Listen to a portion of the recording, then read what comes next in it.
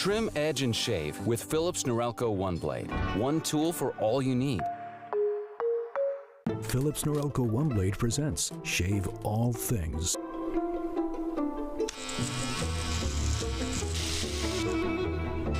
Your style made simple with Philips Norelco One Blade 360.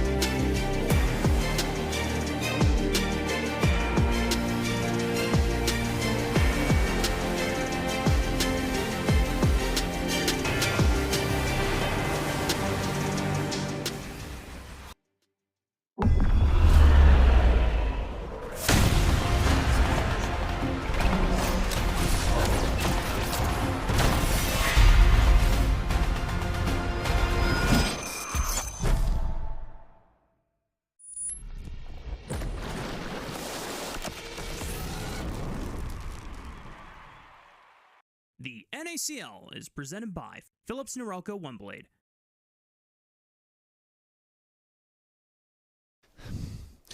Hello one, hello all, and welcome back to the NACL Twitch channel as we move on to day 3 of our promotion tournament, and we move into our second to last best of 5 with all the marbles in tow. One team eliminated, the other gets to play for a chance into the NACL, and we've brought out the big guns for today's broadcast. I am, of course, your play-by-play Slayer, once again joined by, well, I guess for the first time, Mr. Quacks. Us together here. Slayer and Quacks on the duo. A lot of Tier 3 ball knowers are used to this, Quacks, but hey, I'm glad you're up here on the big stage, my friend, and I couldn't be happier to be alongside you. Yeah, absolutely, Slayer. It is amazing to be up here with you, and we're on the penultimate day of the promotion relegation tournament. It is Blue Otter versus Lotus, two teams that I think have generated a lot of buzz and a lot of excitement for the players on these rosters, but also just generally the organizations themselves. Blue Otter have been a mainstay for NACL, a fan favorite since they joined a couple of years ago, and then Lotus have been trying to get into the NACL for a very long time. It feels like so many attempts at being able to get this far. This is the furthest they've ever gone, and now they are just a couple best of fives away from being able to achieve what feels like a long time coming.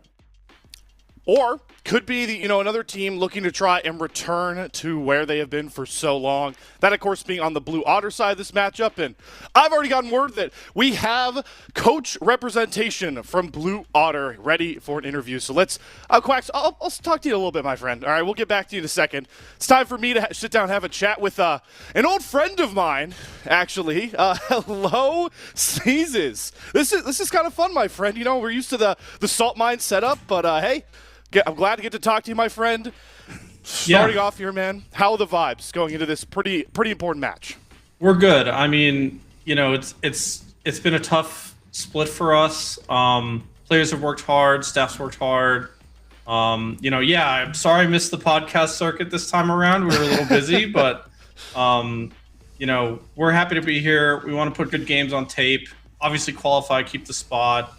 And our effort is still high, and we're feeling pretty good. So that's good to hear, Sneezes. That's good. The first question I kind of want to ask you, I don't know about you, but I came into this tournament with a certain expectation about like team identity, composition when it comes to like the meta, right? And it really feels like teams like Deathmark, we've even seen Contingent that just got their NACL spot really like leaning into a new style with like a lot of AP bottom laners, APCs, see a lot more AD come out across the map. Has that been something like you guys were prepped for coming into a lot of these matchups with the meta swing, or is that something you guys have had to adapt to on the fly as this tournament has gone through?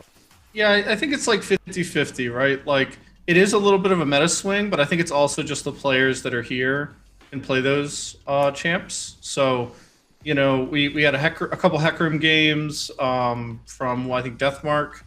It's really the players play what's comfortable for them and what they're used to playing, and if they can make it work, that's awesome.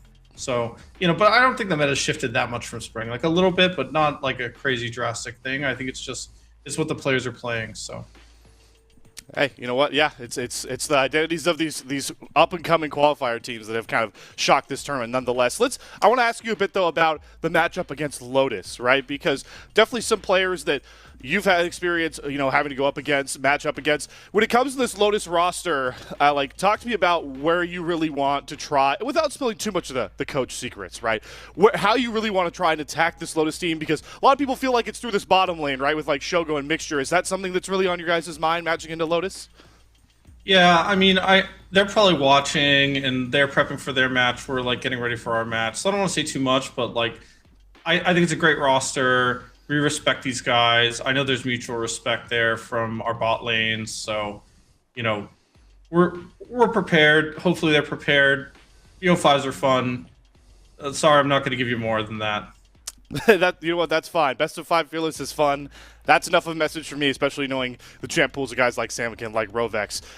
My kind of last question here, Steve, before I let you go to get back to that prep, right? I'm curious, just like, have you felt as the team kind of felt the support of Tier 3 and like kind of Tier 2 community coming together behind, because obviously you and I know that Blue Otter is such a staple organization of development in League of Legends here in North America. Have you guys like kind of felt the support from the community to have an organization that's done so much good things, just not within the Rift, but outside the Rift, to try and get back up to the ACL, where it feels like you guys have belonged for a while now. Yeah, I mean, definitely from like a community perspective, you know, we know we're well liked. We try to earn that every day. It was tough for us to go from like 3rd to 10th in a split, but we still want to be here. Our players want to be here. Our players deserve to be here. Our staff deserves to be here, and we want to show that we all deserve to be here. So we're just really motivated, and we're gonna keep tweeting. We're gonna keep having fun. We're gonna keep the tier 2 dream alive, and that's it. We do one series at a time, one game at a time. But you know, we want to be here, and I'm sure Lotus wants to be here too.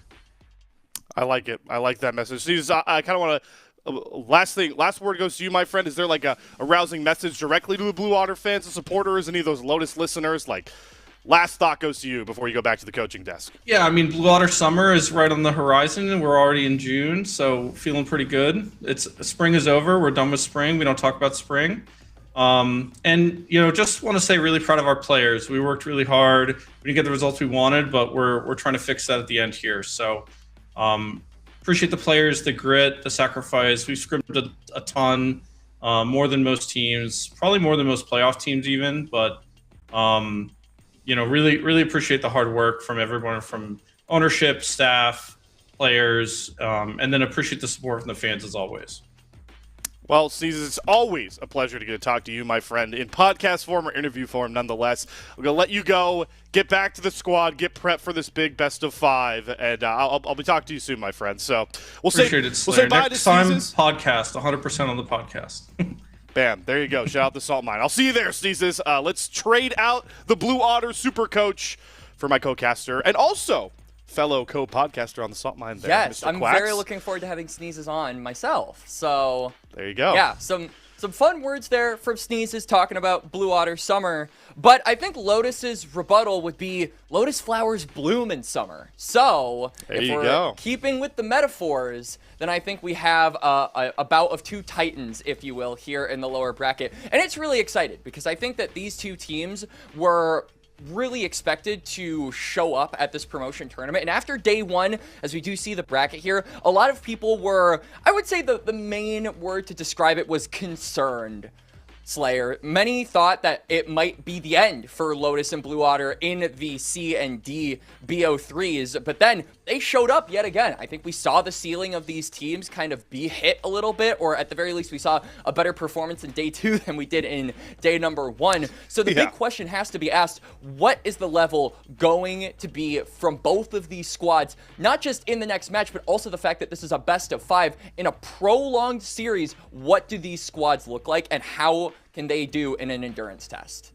I'm glad you brought up that best of 5 factor there, Quack. Sneezes kind of reinforced it, but for a team like Lotus, right, this is kind of uncharted territory. And we haven't seen a ton of these players act in huge best of 5s. I mentioned the bottom lane. Shogo and Mixture have a lot of experience best of 5s, whether it be in collegiate or Mixture last year with Dorado's fun playoff run in the summer split of NACL 2025. And then Blue Otter, right? Steez has talked about it. Went from 3rd to 10th. They were 3rd in their last Blue Otter summer. You bet you believe that roster played a ton of best of 5 experience, but it's going to be fun to see guys like Munchie get to step up and play in a best of 5, a player who's got a really unique jungle pool that will certainly be tested into this one. It's going to be a fun one nonetheless. Quacks, let's start introducing some of these rosters, shall we? I believe we'll be leading off with Lotus here. So we'll get to show off the team that also had to make a full-on lower bracket run. And boy, are they big fans of Philips Norelco OneBlade, because whew, I've seen some shiny domes out on the streets here, Quacks. This is exactly what the stress of a promotion tournament will do to you right now. Every single member with a cam currently bald here. This is very funny because, Slayer, we did a similar graphic for ourselves on Hardstuck Castelo where we just balded everybody. So it gives me a bit of a throwback to that. But also, this is a really talented roster. I think a lot of people look at this bot lane specifically and just assume automatically it's a Shogo team. We're going to be playing through bot side. And Slayer, you and I, when we were talking about this team initially going into the promotion relegation tournament, you and I, along with the other casters, RMC and Yanni, kind of all agreed that's what is to be expected. But I think as we have seen the meta develop over the past couple of days, we've seen flashes of brilliance from Reppy. We've seen flashes of brilliance from Geiger. Our biggest concern were the solo laners of Lotus, and I think those have been shored up a little bit after day 2. So I think Lotus are coming in very fresh and very good looking. fresh and smooth. Let's go with that one, Quacks. Yeah, no, I'm with you. I think I kind of try to talk to Steezes about it a little bit because it definitely feels like, at least from a caster perspective, us on the desk here, that the momentum is kind of, well, not the momentum, the meta of this tournament is much different than we've seen in NACL Spring, right? Even in your like tier 1 leagues with all this AP carry stuff coming on. But it's also allowed the rest of the map to adapt. We've had Shogo play a Yasuo bot game. It was his first game of the promotion tournament, so it kind of throws our expectations out the window of the classic Shogo team, let him cook, classic bottom lane style. And luckily so far, as you mentioned, Lotus, I think Geiger really steps up in game 2. I think Schernfire has been really on it so far through the jungle. Reppy will always have his moments with a lot of his great picks, so it's going to be fun to see if Lotus can continue that. But let's introduce, of course, the Otters on the other side. Blue Otter, the other roster coming into this matchup, who I really feel like may have rediscovered their identity best in their last series. You kind of alluded to it, Quacks. They looked a lot better after getting dropped to the lower bracket when very few teams expected them to be there. But Munchie really stepped up to earn an MVP of that series, and Samikin and Spawn really brought home that game too for me. So maybe Blue Otter just needed a bit of a tune-up series after so much time off the screen. Yeah, and I think on top of talking about the level of these players and also the community sentiment that this team brings. Another thing that we have to keep in mind is going into 2026, there were a lot of replacements. There were a lot of new players. Ariana only has one split under his belt in the NACL, and then Munchie is a complete rookie. So I think them bringing in these guys going into the new year was kind of seen as more of a development roster. Not a lot of people expected them to hit the ground running. And I feel like why so much of the sentiment around this team is now positive is because they still acknowledge there is a ceiling to this team that they have yet to hit. And a lot of people want to see Blue Otter take that next step, want to see them in the next split because they understand that Ariana has room to grow, that Munchie has room to grow, that Blue Otter has room to grow and get better. And that is something I think everyone wants to witness. It would be a darn shame if that got cut here by Lotus. Yeah, I have to admit that there is a particular caster bias for myself coming in because I just don't know an NACL world without Blue Otter in it. So I definitely feel that sentiment. I'm sure a lot of the community does. Talking a lot about Blue Otter Summer, by the way. That is the second time in less than 3 days I've seen media of Samikin in a tank top. My guy knows it's Blue Otter Summer. He's rocking the tank top, so you know he is prepped and ready to get into that classic form everyone knows. Let's talk, though, about potential feature matchups, of course, here, Quacks, that we can start prepping here. And, you know, we've talked a lot about junglers and some of the head-to-heads you've done before. You mentioned that. Obviously, you know, we have big-time AD carries in this matchup, but two players that really embody these two organizations most across a long period of time has been the supports. So our Philips Norelco one blade face-to-face is going to be Mixture taking on Rovex. Some history in this matchup, some history with these two, with their respective orgs as well, and boy, are they integral parts. I mean, they've been with the orgs essentially since the beginning. Mixture got his start on Lotus. He's been on other teams, right? The last time we saw him in the NACL was on Dorado. So he's departed from Lotus here and there, but he's always found his way back. And he did so with Sushi, another player who is in the NACL, who I would imagine Mixture in some way, shape, or form wants to get back to that same level as the AD carry he got his start up on. And then Rovex, not new to the scene with Blue Otter like Mixture was with Lotus, but I think really made that next jump in a lot of people's minds when Blue Otter promoted. So these guys have been the ride or dies with their organization, and it is going to be, I think, fitting that our face-to-face matchup is with them because one of these teams is unfortunately getting eliminated with a legacy player on it in the support role. Well said there, Gavin. Yeah, for Mixture, it's very interesting, right? Because I got to sit down and chat with Sushi before we got into the spring split of NACL. And something he was very adamant in was that he felt that, you know, not only was a mixture, just such a friend of his, like one of his favorite bot lane supports to play with, which, hey guys, if you don't know, your AD carry's favorite support to duo with is a very important thing you got to figure out. So Sushi having that praise for Mixture is big, but also really, professed to me, Quacks, that Mixture is one of those high-tier caliber players like himself that could be the future of North American League of Legends. So he was really hoping Mixture could get back to the NACL. And now I'm sure Sushi, who I believe the whole NRG squad is in Korea right now. I don't know if they're watching right now with the time difference, but you know that Sushi is rooting for Mixture to get back up here. And like we mentioned many times, Rovex has been a staple support of the NACL. Not just a support that's like, oh yeah, he's always been here. He's been a support that has been consistently praised, consistently power ranked up towards the upper echelon of support players. It would be a magnificent loss to lose a player of that caliber.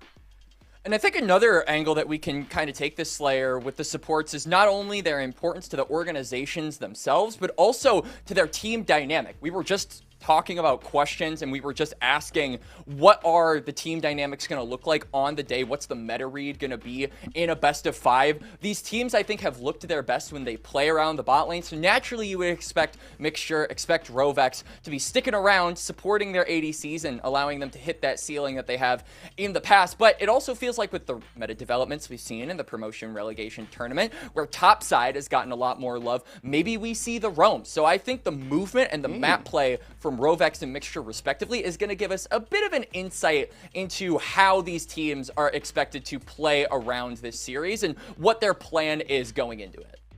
What a change we've had already through half a year of League of Legends competitively. Quack. I We went from the start of the year was. I love it. I love it. It's changed a lot. It's fun, but I just, it's not that long ago, man, that we were like, all right, guys, there are 4 bottom lane duos. You have to pick one of them in slam lane or your entire team loses the game. And now we're at the point where it's like, all right, guys, we're going to pick mages that won't die bot in full scale so my support can get on the map to go topside. That's a pretty drastic change nonetheless, and we'll see exactly how these teams continue to adapt to it, especially in that best of 5 fearless format. But Quacks, before we get into any drafts, get into any fearless talk, we of course need to show off predictions. And well, I've been paying attention to you, Quacks, and your curse that's been going around. So as we pull up these predictions, the community has been telling me that you have doomed us all with your selection alone here, my friend.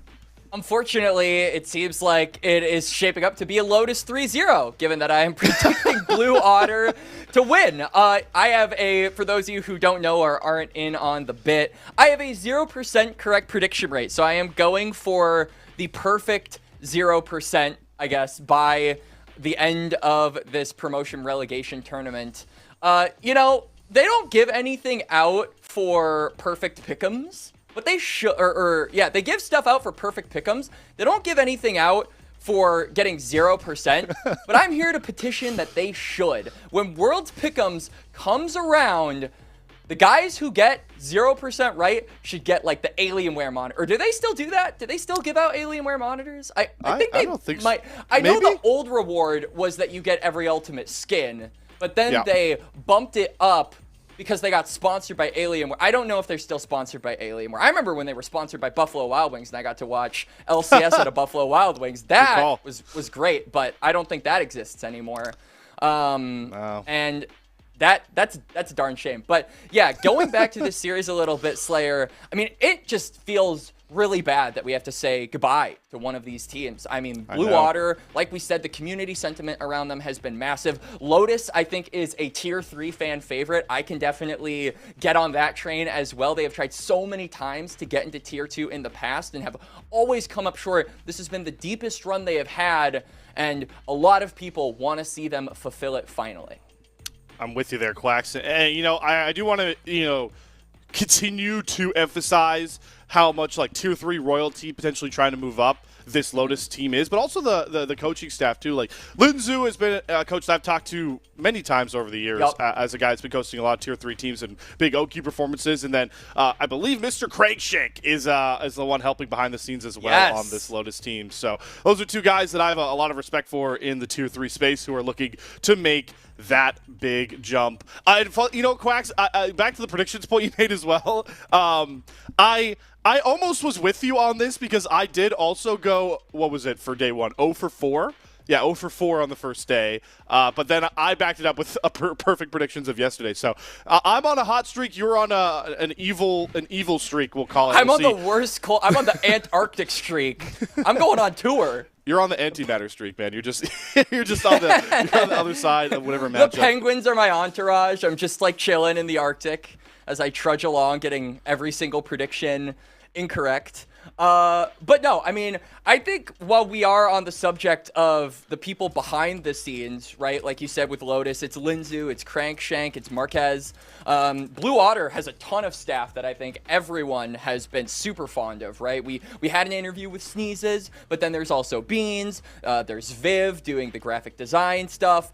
Yeah. Bully obviously is a character too, who I think everyone gets to, you click on his Twitter page and you just get a smile on your face every single time. So, where are we going, by the way, Munchie? Munchie, I think. I'm sorry, I was having a point, but then Munchie is, put me down. Put me down, Munchie. Munchie, please. I'm getting motion sickness. All right, there we go. But Smile. hey, let's talk about this guy, right? Because yeah, obviously you're the jungler aficionado here, Quacks, and I think I got to watch bits and pieces on the Sean and Tonin co-stream of the Blue Otter match, and we got to see Munchie play the Nasus jungle. Dardock was in the chat, like really hyping it up. What do you want to see here from Munchie, right? Like, do you want to see him more lean into, like, obviously his carry identity, but how do you feel about him across the best of 5 that we all feel like, I at least don't feel like it's going to be a 3-0. I feel like we're going to get at least 4, potentially 5 games of Fearless. Oh, and I hope so. I'm right there with you. I want this to be not a sweep. I want this to be a slugfest for sure. And I think for Munchie, it's interesting to talk about the junglers because of the identity we've seen, not just these two teams, but probably every single team in the promotion tournament take when it comes to the jungle. I obviously have to, shout out Kaido on contingent, who managed to help his team get to the NACL yesterday on things like the Kazakhs. Loved seeing that. He's pulled out things like the Nasus. He has things like the Neferi. So it feels like jungle has had champions where you're able to go for the higher economy, more selfish picks. And I do think that Munchie has been a player who, while he is still new, like when you have these newer players, usually you want to play to their style. And I do feel like Munchie is better on the high-octane, carry-oriented picks. That's kind of the attitude a lot of people had with him going into 2026 when the roster change was announced, and I still feel that way. So if Munchie gets his hands on things like the Neferi, if he can get his hands on even something like the Rengar, maybe we'll see it's do or die. Get the pocket Rengar coming out there, maybe even the Yi if we're lucky. I would be in total support of that because Blue Otter have looked good when Munchie has looked good, when this rookie who has so much mechanical talent is able to thrive on his picks, and those picks have been proven to work in this promotion tournament. Without a doubt, Quacks. It's just been fun to see, again, all of the unique picks that have come. Thanks a lot in part to our qualifier teams, including Lotus. We talked a bit about Shogo going for the Yasuo bot. I know that's something that he goes to sometimes in the solo queue area. Seasons alluded to Deathmark Esports' jungler Verdict, who does have multiple Hecarim games in this tournament, which is very fun. I'm just most excited for that aspect of the rest of this bracket so far, because if you guys don't know, the winner of this matchup does play Deathmark Esports for that spot, last spot into the NACL. So we will get to see, more Seraphine bot, Mel bot, Hecarim jungle, like all these fun picks tomorrow regardless. It's madness.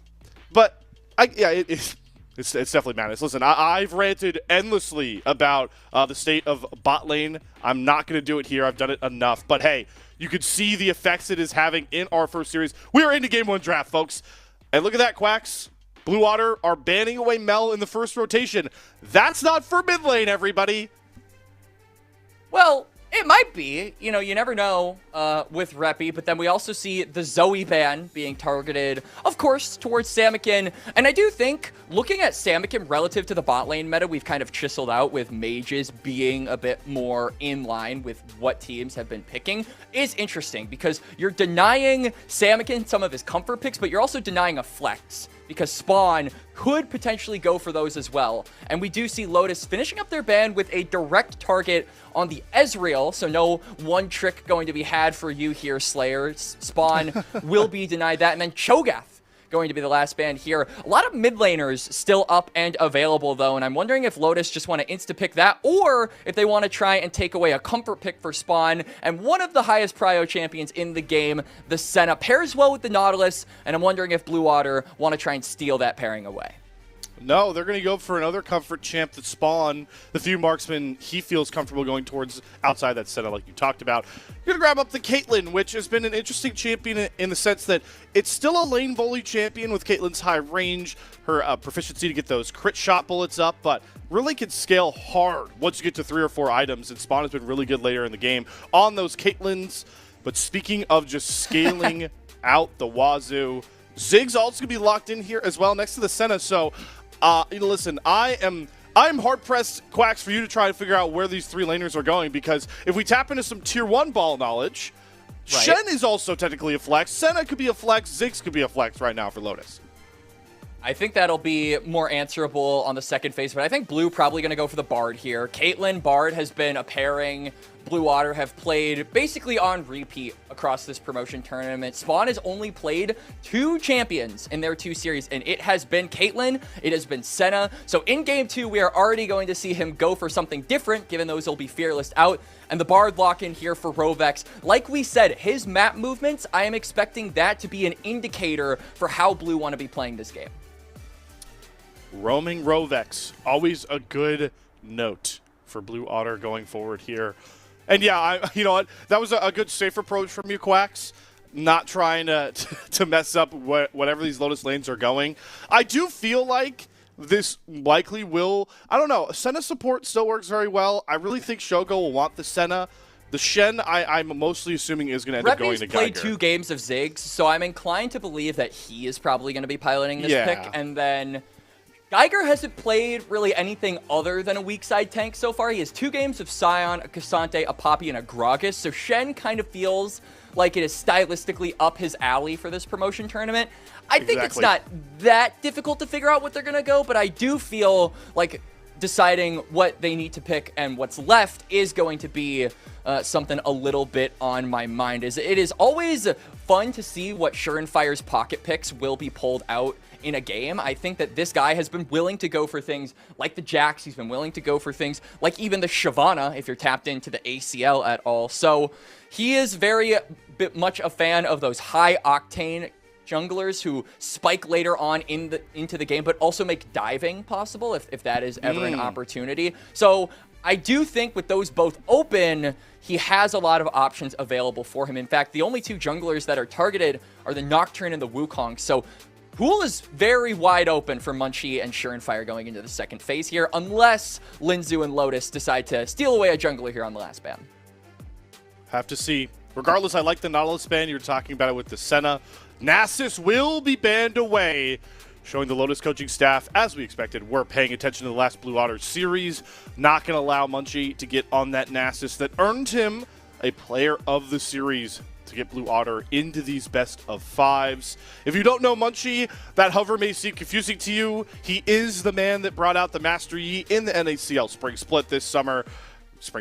We're heading into the summer, guys. In spring, he brought out the Master Yi nonetheless, so that hover makes a ton of sense. But the Hui is going to be a lock-in, a Samikin special. It might not be the Zoe, but it's right there it's right up there alongside it for Samikin, Quacks.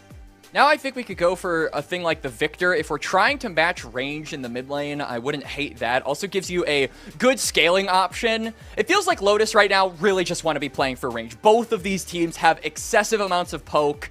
Lotus, I would say, more than Blue Otter at the moment, with that Seraphine lock-in going to be joining the poke entourage as well. And this last champ will be, I'm wondering what we have available here. So yeah, the Ziggs will be in mid lane, so no Victor possible. And Surefire's last pickup here. We did mention the Jax, and Caitlyn is a fiery auto attacker, has so much power at 3+ items, so it will be locked here for Surefire, and also just gives him that late game power that we know is possible. Also, a thing to note, very good on the side lanes, and with Ziggs and Shen you can really spread out the map as this Lotus comp. Surefire special for sure, right? With that Jax getting locked in. Yep. What does the R5 counter pick look like here? Oh, oh my! Oh my God! Two days in a row. 2 days in a row, man. I love it. I'm not sure if they're doing this for me. It would be cool if I have at least even 1% contribution to this lock-in. I would say you have at least one. Maybe like I go like 1% to like 3%. They're thinking like of you with that 1 to lock-in. 3. We'll meet in the middle. We'll say 2%. Let's go, Kha'Zix lock-in here for Munchie. You were talking about having a little bit of caster bias going into this series. But I might have a little bit of caster bias going into this game just because my one trick is being piloted by Munchie. But I will try to remain as impartial as possible. Thank you, But Brad.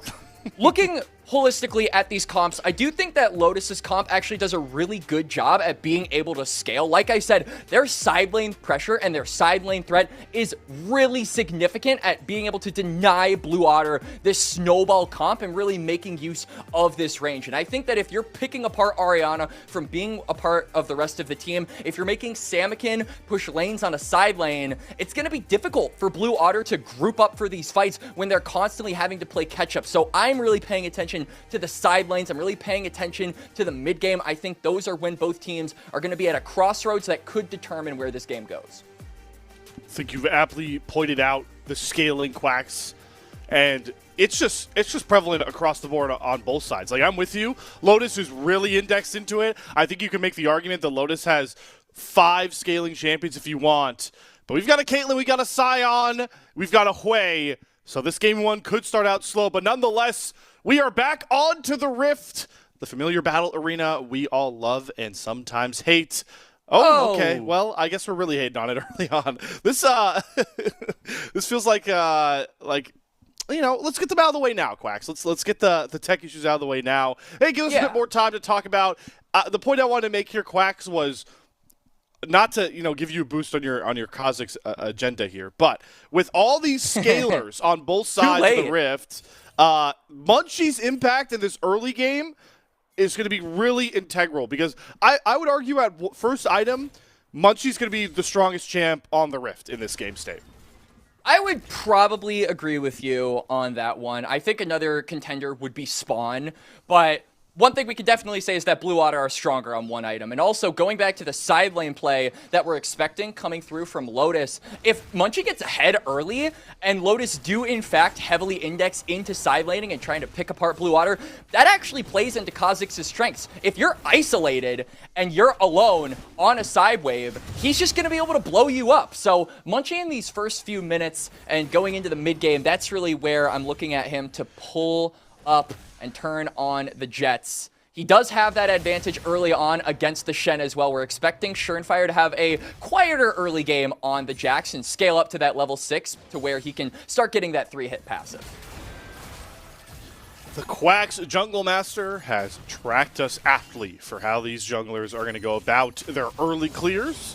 Both them going top down so far, so potential little scuffle to happen around that first crab.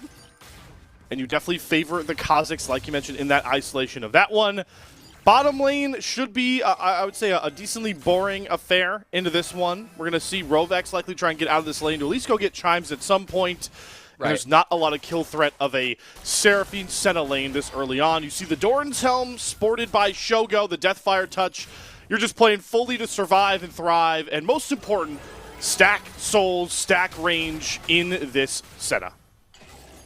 And it's actually interesting that Shogo opts for the Deathfire Touch. I think that one of the reasons Seta came back into the meta was because of this Keystone's introduction and a lot of people being fond of it on the pick. But as the meta has developed, I feel like we have more commonly seen things like the Fleet Footwork, even the Grasp of the Undying. Usually you don't see Deathfire Touch on Sena in a competitive game, despite it being the reason she's kind of back here and so high priority in the meta to begin with, or at the start. But will definitely help you in the trading, will allow you to eventually re-stack that and get the double burn after 4 seconds. So I think that this will give a little bit more power to when he starts hitting those big stacking soul break points. We see the bot crab has been won there by Munchie. Oh my god, our top laners are low, but classic tank gaming. Surenfire making the decision saying, all right, that's a Kha'Zix on the other side, that's Munchie. I don't want to fight this guy early if I ever have to. So he immediately pathed out of his bot jungle to go up for this top crab. Does give tempo advantage slightly over to Munchie here by a couple mere seconds. He'll get his back off first. Shouldn't make too much of a difference though, Quacks. We're still about a minute and a half out from that first dragon. Maybe we'll just see if Munchie starts getting into his bag, trying to find a lane to gank. But I see him pathing towards the top side where both of our top laners are just TP back. Maybe not the best target to go after. And I think that Ariana as a player has been really someone who has been prided on by his lane mechanics. A lot of people think that in the first 14 minutes, Ariana shows some really insane hands and has the makings to be an amazing rookie here. But I also feel like we've seen the game knowledge from him start to develop. You can even see just here that he's moving toward the top side, gets eyes on Surenfire while he's clearing, so they're able to more aptly track where this Jax is going. They know that they have a mirrored clear with the Jax. Jax gonna be slightly quicker on that with the Sheen being in inventory, but I think if a 3v3 does break out and both junglers are getting to the play at relatively the same time, I would actually favor blue. I think that the damage for Senna early really isn't something to be too scared of, and if you are isolated at all, even just one Q could make the difference from the Kha'Zix. Really need to emphasize how much Munchie can have impact on this early game. We've talked a lot about the bottom lane kind of handshaking the scaling. We've rarely seen the mid lane because it's guys, it's a Hui Ziggs matchup. Like they're just trading poke damage, they're trading farm on these waves. I do want to say a respectful start from Samikin and Reppy in this matchup. Two guys who I believe were able to meet up and hang out in the real life sphere before this promotion tournament kicked off and are good buddies. Reppy's been poking fun at Samikin, saying he's going to take him down. So it's good to see the friendship come to a focal point in this battle between Samikin and Reppy. We're on to the first dragon, by the way, and Blue Otter have complete control of it. Surenfire not even going to try and contest this with the bot lane prio and the power of Munchie. So good timer there for Munchie to get that dragon done early. 5.5 minutes, the first Mountain Drake of the game falls off the map. It's the stacking souls early and also gives him experience to where I think once he takes this Gromp, he will get level 6 on the Kha'Zix and have experience enough to evolve that first ability. We did see Kaido yesterday go for the R evolve. I have personally been a Q evolve enjoyer my entire life, so I am wondering. Ever right there. I know. Yeah. I mean, I'm not the challenger jungler here, so I'm wondering where Munchie and his head is at. Eventually, the camera will pan toward him, and we'll be able to see if he is red now or if he has some has some like acrylic nails on him. Could also be able to see with the picture for his abilities, right? They change as well when he gets those upgrades. Oh yeah, so. How do I not know? How do I not say that? Yeah, that's right, everybody. Teaching the Kha'Zix guy about Kha'Zix right now. I actually might have to get this clipped off just so I can use this against you later on. All right, Mixture. We've stepped onto 2 straight traps there from Spawn. So heal forward. It'll actually allow Spawn to do some decent trading in this lane. Mixture will be fine, and, well, this is going just as we expected until the Tempered Faith from Rovex hits onto 2. That's going to trap up, stun up, and lock down Mixture. He had his flash, it didn't matter. CC Chain rules them all, and Blue Otter have first blood. Good timing there from Rovex. Immediately dings level 6 and goes for the aggressive Tempered Fate. Gives Spawn first blood, and he's sitting on a BF sword, so he'll start really getting close to that first item. And like we talked about, along with Kha'Zix, I would say Caitlyn is probably the strongest champion at one item. I think it's probably going to be the Storm Surge. Those energized attacks are not to be messed with. No, they are not. Let's see how hardy of a back this looks like for Spawn, who is now 600 gold up on his counterpart in Shogo. As to be expected to a degree with this Senna. And we talked a lot about how the identity of this promotion tournament with compositions has shifted a lot and shifted maybe away from the bottom lane thanks to teams like Contingent, thanks to teams like Deathmark. But always have to remember, if you're on a Shogo team, this guy's a superstar, a CLOL champion, an ACL player for a reason. Is, oh my god, Reppy needs to stand united and the counter-strike protection of Surenfire to survive a little bit of Munchie Samikin magic. That is flash off the Ziggs and a key ultimate off of Lotus's top laner. And now I think that Munchie, after he finishes his bot side, might just be able to go toward the top lane. We see that Rovex is maybe looking to roam around a little bit. So if you have the assistance of the Bard there to get with you for that objective, gives you that numbers advantage that is much needed. We talk about the importance of the grubs, especially for Lotus wanting to play on those side lanes. And I think if they don't get them, it's going to be really difficult for them to actually make use of that. Something that we didn't mention in the draft is how effective and potent the wave clear is from some of these Blue Otter champions. Once you get some items, that Caitlyn Q is going to start one-shotting waves. Hui is famous for one-shotting waves. So if you don't have any stacks on Touch of the Void, your side laning scaling threat is going to be significantly stifled. And I think with Blue Otter already having that dragon, you need some kind of advantage to latch on to. Or as you're talking about it, Quacks, I see Surenfire on the grubs now. But Munchie is in the area. He's, I think, a little bit more bloodthirsty, it seems like, potentially ganking onto Geiger, who does have an inkling this gank could be manifesting. Munchie, be careful. It's also a mixture that's up here to try and cover for Surenfire, who does get 2 of the grubs.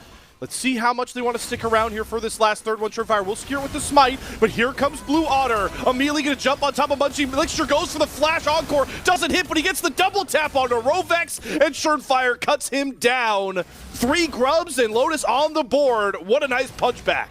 It's a 4v4, but realistically, Ariana was not able to be a part of that fight. He didn't have his ultimate at the time. He wasn't able to close the distance, and Reppy was just sitting in that bush, so the Ziggs damage making the difference. And they managed to one-shot Rovex before he's even able to flash away. So Lotus tying us up 1 apiece in kills and getting the grubs. The side lane threat is saved, Slayer. Side lane threat has been neutralized. That is a big win nonetheless. Get the gold onto Surenfire as well. This Jax has been power farming while Munchie has been a bit more active on the map. So he is now in a much better spot here, trying to get to that Triforce first. Blue Otter still able to hold on to that gold lead, but we are now going to reach the point where we talked about. Ariana doesn't have mana. Oh no, there's no mana. The turret ramped up so much. Geiger just going to be able to auto these home. He's trying to flash to make sure Ariana can't go over the wall, but he instead goes right back under the turret. And he's able to survive and emotes on the way out.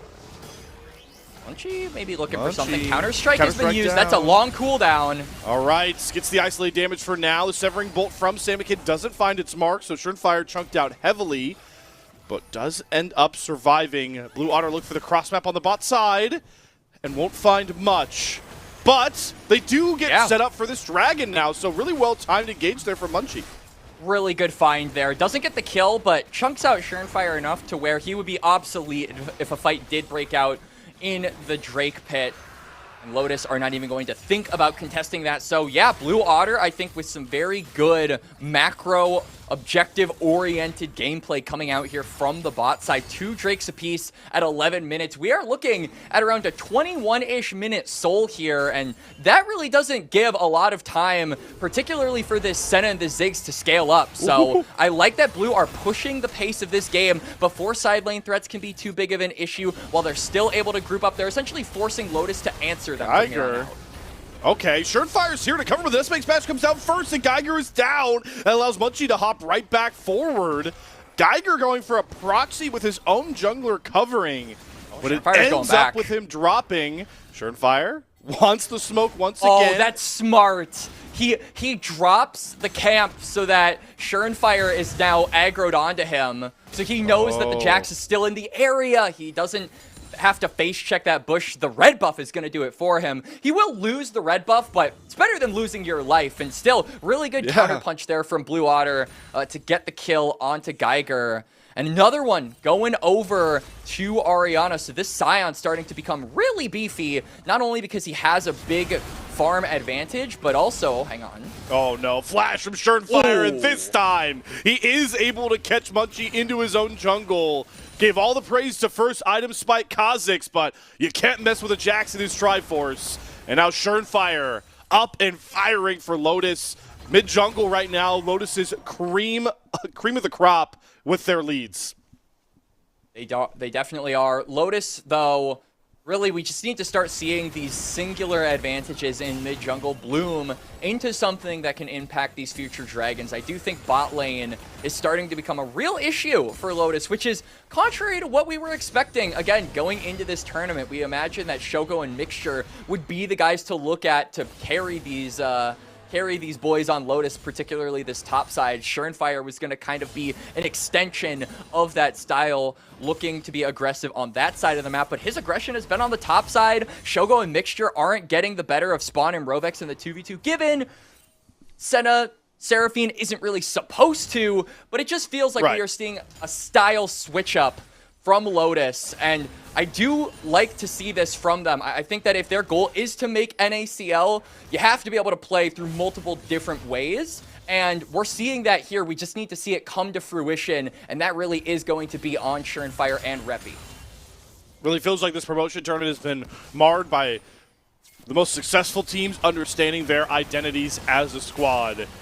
No better example, you can see that with our matchup yesterday with Contingent getting that 3-0, but even Deathmark Esports to get up there really understood their identity as a team, and of course are waiting on the victor of this matchup. But we have a bot lane gank where Spawn is going to have to flash out of that. Shogo. Flash forward from Shogo, pretty audacious. Tempered Fate is going to claim him and provides enough space for Rovex to not get bursted out. A lot of summoners used, but Blue Otters stay up safe. Does Lotus decide to push further into this jungle, though? Reppy's trying to come around for a flank, and Samikin Smiling Despair does not hit. Munchie over the wall, daring anyone to stay isolated. And he might just be able to catch Reppy over this wall, but he doesn't have the vision. So the big 4-on-4 on the bot side just ends up with a bunch of huff and puff and maybe some summoners. He also is only level 9. Surenfire is 2 levels up over him, going into a dragon fight in a little over a minute. So this Jax is significantly ahead of the curve. And I don't think at the moment, we talk about the 1-item damage of the Kha'Zix and the Caitlyn. I don't know if that is actually enough to be able to one-shot the plated steel caps level 11 Jax at this moment. So if you're dumping all of your damage onto the frontliner that is Surenfire, and you're not able to insta-kill him, well then they're going to come back with a counter punch and they are going to wipe you in the fight. So I think Blue now have to be very selective and very careful where they decide to actually take some of these skirmishes. And I'll tell you where one place it's not going to take place. The Rift Herald.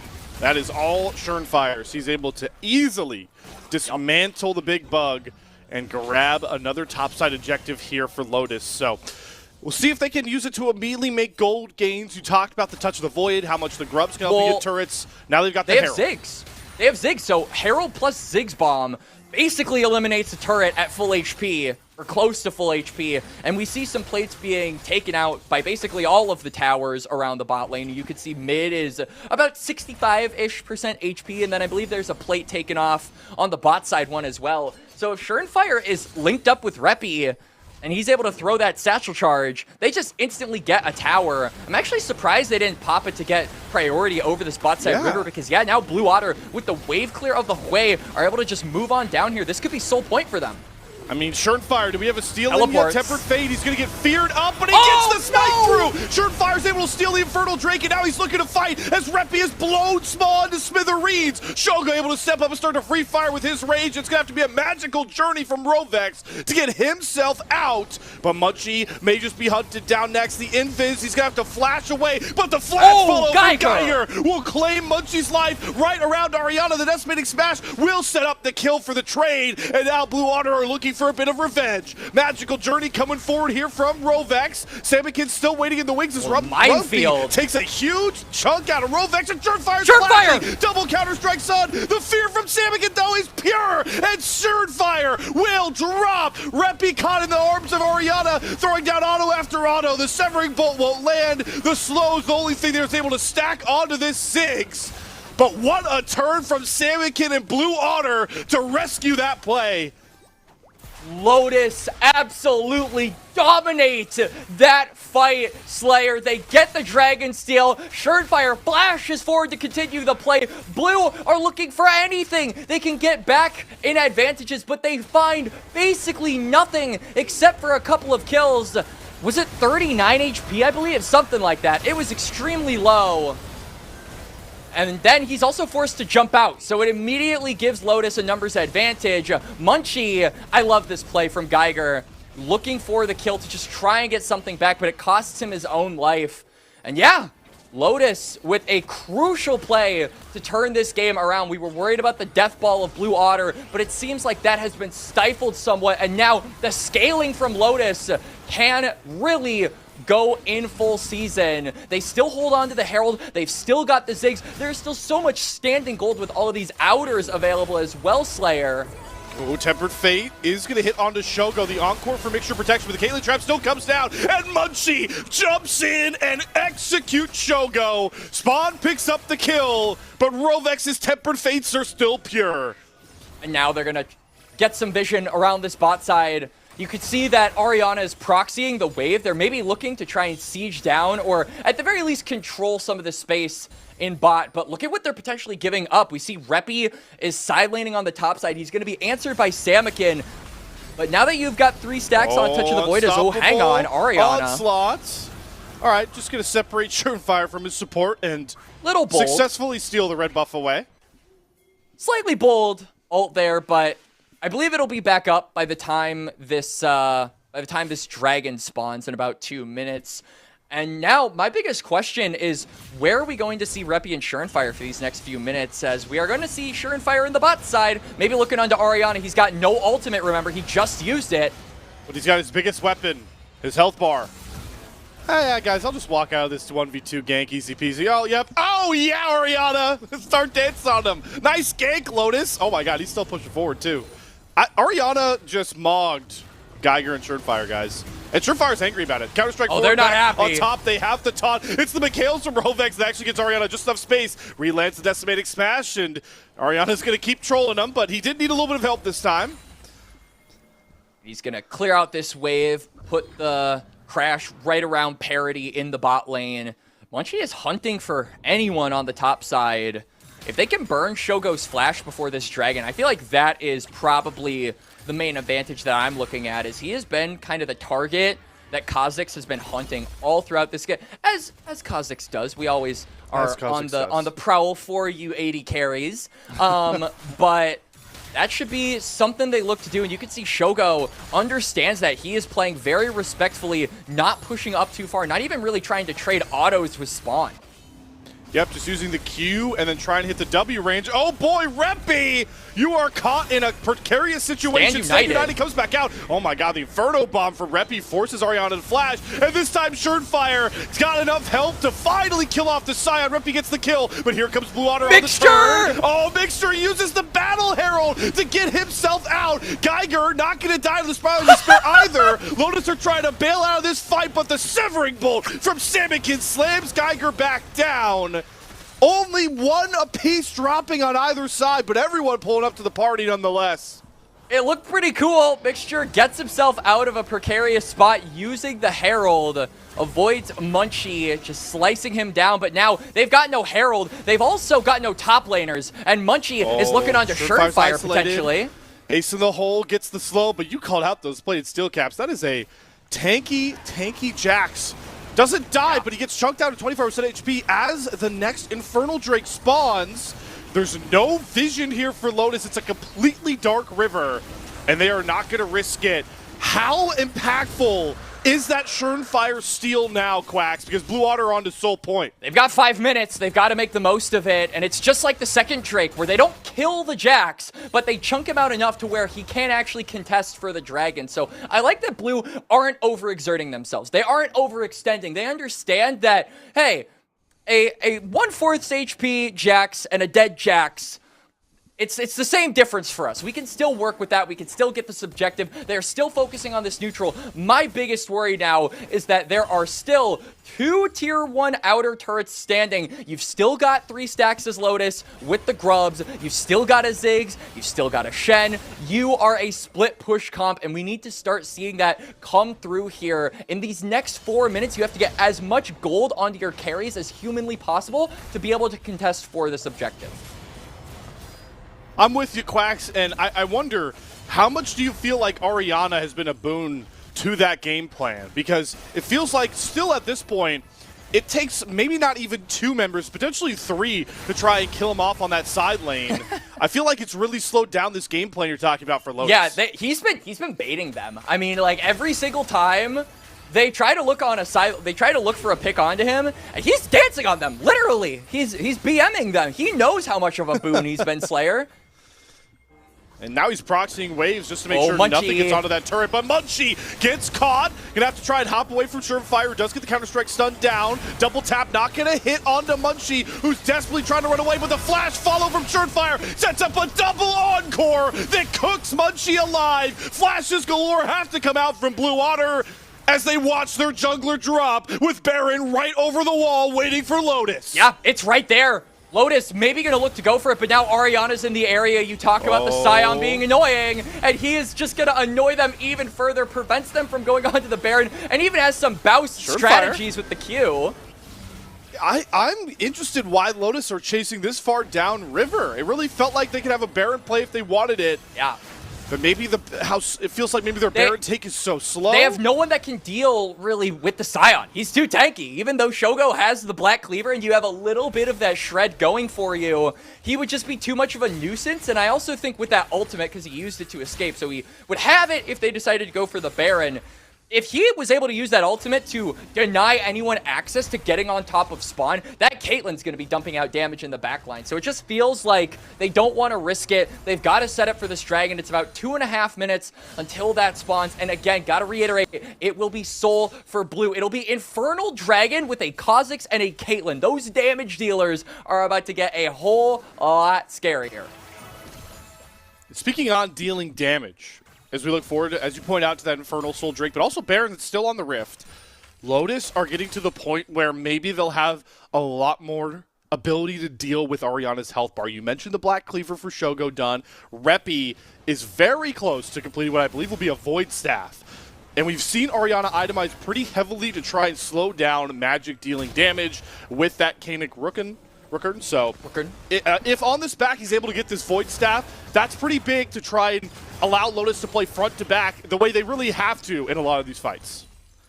Yeah, and also I'm interested to see where the Senna stacking is before we go. 67. I'm not even making this up, Quacks. This is not for the bit. It is 67 stacks on the Senna. All right, I'm going to believe you. It's right. It's in that little box next to his flash. Oh yeah, he has 68 now. I never noticed that before. But so he has 68, which means that every 20 stacks you get 20 range. So this means he has around 60 plus range. If he can get 12 more, then he would have 80 and be, I think, really pesky in these fights, especially because now he has 3 items. But we're less than a minute away from that. I don't think he is going to have that option. So now it is a fight here. Lotus currently have control of the river, but Blue are pretty strong in the 5v5s. This is the kind of position we highlighted their comp at being very apt at being able to play around.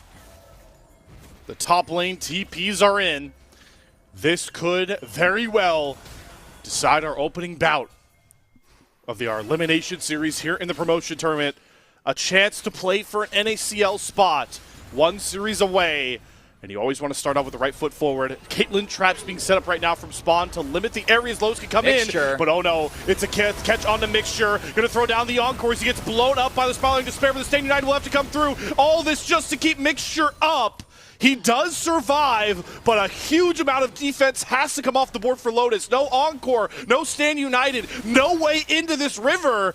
And it looks like they are getting desperate, Quacks. They know they can't stop the Soul, so they're pulling the trigger on Baron. But Blue don't have to commit everyone to this Baron. I feel like they've started it way too late. Look at your bottom left. They have already begun taking off the Dragon. Soul is here. Here they come. Baron isn't even at half, Slayer. They have to give this up. And just like that, they're immediately out of the pit. The power of the new Baron, it's such a risk to take. And Lotus know it. They get completely out mind-gamed. What a setup there from Blue Otter. You kept talking about how 1/4 health members of Lotus is just as good as dead. We just saw it right there. They got no kills, and they got onto Infernal Soul Point. Having to use the Stand United on Mixture, all of these tools just to keep your support alive really not a great way to open up that fight. So it is a little bit unfortunate there for Lotus. And now that the Baron is acquired for Blue Otter, any side lane threat that we had been highlighting is completely nullified. The Baron empowered minions are going to make it impossible for you to take a lot of these towers. Reppy might get enough alone time here in bot lane to actually claim this one. Yeah, he's just going to satchel charge it. So a little bit of gold going there for Lotus. But Blue have the power to make the side lane threat so much worse on their side while they currently have Baron. Or if they currently have Baron. Once they pick up Baron, Once it they will be pick a up big the problem, big purple right? worm. Yeah. It does feel like a certainty with this Infernal Soul buff, right? Lotus still have the gold lead, but it is so much more powerful to put this in the hands of a Kha'Zix that has the Serpent's Fang done also to deal with the Seraphine shields. And we are not far away from Samikin hitting that Rabadon's power spike of his own. Actually just picks up the big hat as he exits the base now. So Samikin is really scaled up. It's safe to say, Quacks, across the board, most of our main scaling characters have hit pretty big breakpoints. The only one that I don't see just yet is Spawn's Caitlyn. Would love to get that LDR done before any fighting kicks off. He's closing in on 3 items, and you can also see that Shogo is encroaching on 80 stacks with his souls, so we'll begin getting around 80 additional range, make him very pesky in these fights, especially because now he does have that flash. And I feel like this is something that Lotus are going to have to start relying on in these fights. They need to be utilizing the Ziggs and the Senna, and the fact that they can hit from so far away and are starting to deal a lot of damage. I don't think we have seen that really on display to the level we had hoped in this game. Blue have been so good at being in their face. Reppy. A lot of damage on Reppy. Yeah, I mean, listen, you get one snare, and it takes all the... If you don't have a Seraphine next to you, I'm pretty sure Reppy is blinking health bar. That is a warning that Samikin has levied against his friend in the mid lane. It is. It's really cool to see the relationships between players that are on opposite teams. Even at this level, you wouldn't expect it to be as popular a thing. But there are a lot of players who have played with each other in this promotion tournament. Just yesterday in the series between Contingent and Deathmark, we were talking about how Johnny Rockets and Zeepri both went to UHSP, how they would sit together oftentimes in the lab. So those relationships, despite not being on the same team, always something really interesting to take a glance at. Adds an extra little layer of tragedy to series like this too, Slayer, because unfortunately one of these squads has to be eliminated, and this is the only open qualifier in the whole year, I believe, so no other chances of getting into the NACL through promotion exist if you are not able to get it right here and now. If you want a shot to get into the NACL, it would have to be for 2027. Ow. And all of those competitions, at least what we've heard for now, will take place in that calendar year. So you are looking at potentially 7-8 months down the road, even getting another chance at this. Really have to make the most of this opportunity as the gank onto Geiger is sublime there. Ariana sets him up, and you know Munchie brings the damage. And the side lanes have really started to swing fully into Blue Otter's favor, just like you were talking about, Quacks. Shen going down, your main tank for now, taken off the board. Elder is up in about 2 minutes, so Blue being able to get control of that as hang on, Munchie has found his next target. Able to, protect himself with the counter-strike, so Munchie does have to hop out. But what this is getting for Blue Otter is a lot of time on this top river. You can see Rovex now clearing out some of these final wards. The top push is there for Samikin. He gets the tier 2. It is such a treacherous walk in here for Surenfire and Lotus. Oh, and that's exactly why. Fire lands into the Spiraling Despair, and Surenfire goes down. Samikin dashing forward for the Crushing Ball. It's a flasher mixture, but it's a double temper fate from Rovex into the unstoppable onslaught knockup from Ariana. What a beautiful set of team play there from Blue Otter, and now they've got to push going towards the Lotus base. Rovex ties him on the tracks, and Ariana runs them over. Blue Otter are just cruising through this top side now, sieging onto the base of Lotus. They don't care about Baron. The way they're shaping up, they look like they want to play for the win now. It's a 2-on-5, and Geiger has been knocked up by another decimating smash. He's got to flash himself out. Shogo trying to play at range, but that ace in the hole with the Infernal Soul chunks him low enough, and the wave is up onto the Nexus turret. Geiger and Shogo trying to stand tall, but they've lost all their structures. Their teammates aren't out of the base just yet. The Nexus is exposed, and Blue Otter are going to end it with style and take a 1-0 series lead. Bit of a chaotic race to finish off the Nexus there, Slayer, but otherwise, really solid, clean game from Blue Otter. And we were talking about the level that we were maybe looking to see from them going into this best of 5. I think Blue Otter have answered that question. They are looking to hit that ceiling that everyone is expecting from them. They are looking to get into that date with DME tomorrow. They start up the series 1-0.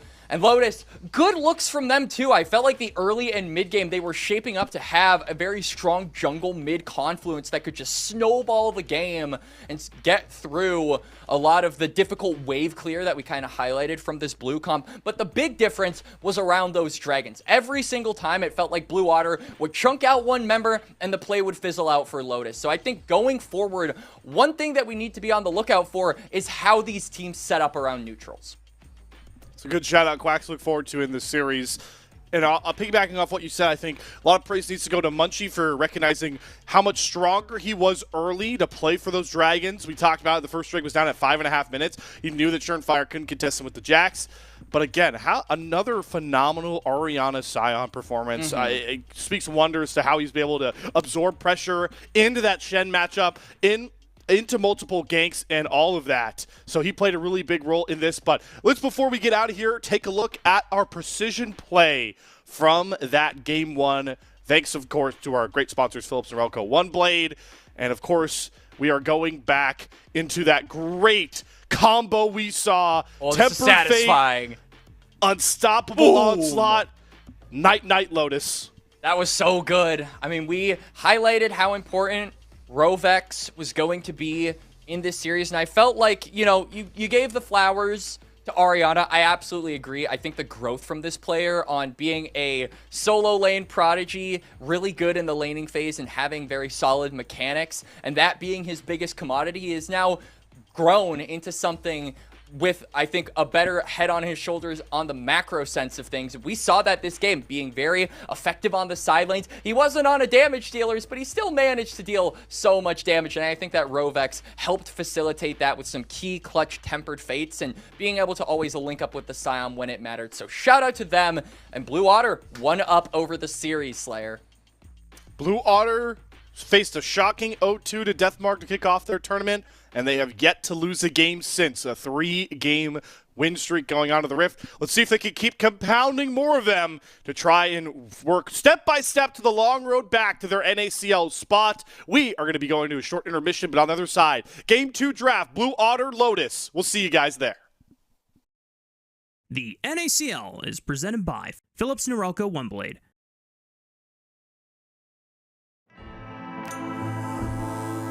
Trim. Edge. Shave. Trim, edge, and shave with Philips Norelco OneBlade. One tool for all you need. Philips Norelco OneBlade presents Shave All Things.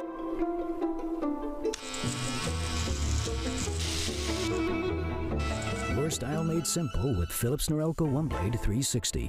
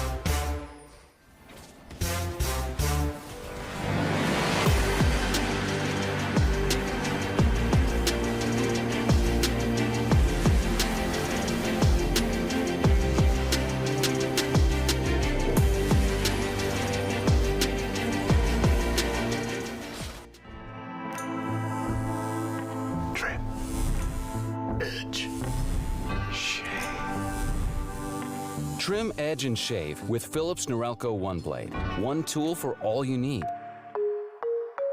Philips Norelco One Blade presents Shave All Things.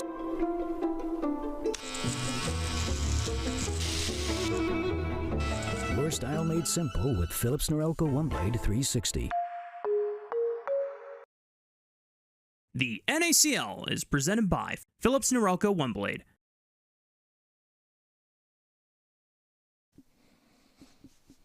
Back in a flash here on the NACL Twitch and YouTube channel as we are one game in to our second to last series of the promotion tournament. Contingent Esports already having locked up a spot as the newly promoted team to the North American Challengers League, and we are trying to find who will join them. And so far, through our series here, Blue Otter looking more and more like their old selves here, Quacks, looking more and more like the team that did find some series win in the NACL this spring.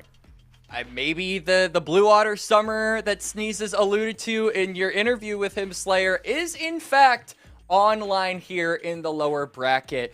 For sure, I think that we saw a really convincing form for Blue Otter. One of the biggest questions that we had going into this series, I'll reiterate, is what were they going to look like against Lotus? Now that this is in best of 5 territory, how are they going to adapt to a series that is a bit more drawn out, a bit more elongated? And I feel like in game number 1, we didn't see them really drop a beat. The highlights that we got to see from before we went back live here, Slayer, involved a lot of grouping up, a lot of fighting as 5 and making sure that you control those spaces around the dragons. And that really was the big story for me with Blue Otter. Their ability to maneuver around macro and always lock down the river or retake control in the rare cases where they didn't have control of it initially were really effective and pushed Lotus out of really having a viable win con. So I think going into game number 2, we want to see more of the same from Blue, but for Lotus, we want to see them play a little bit more around the carries that had been set up around that mid game. It felt like Reppy was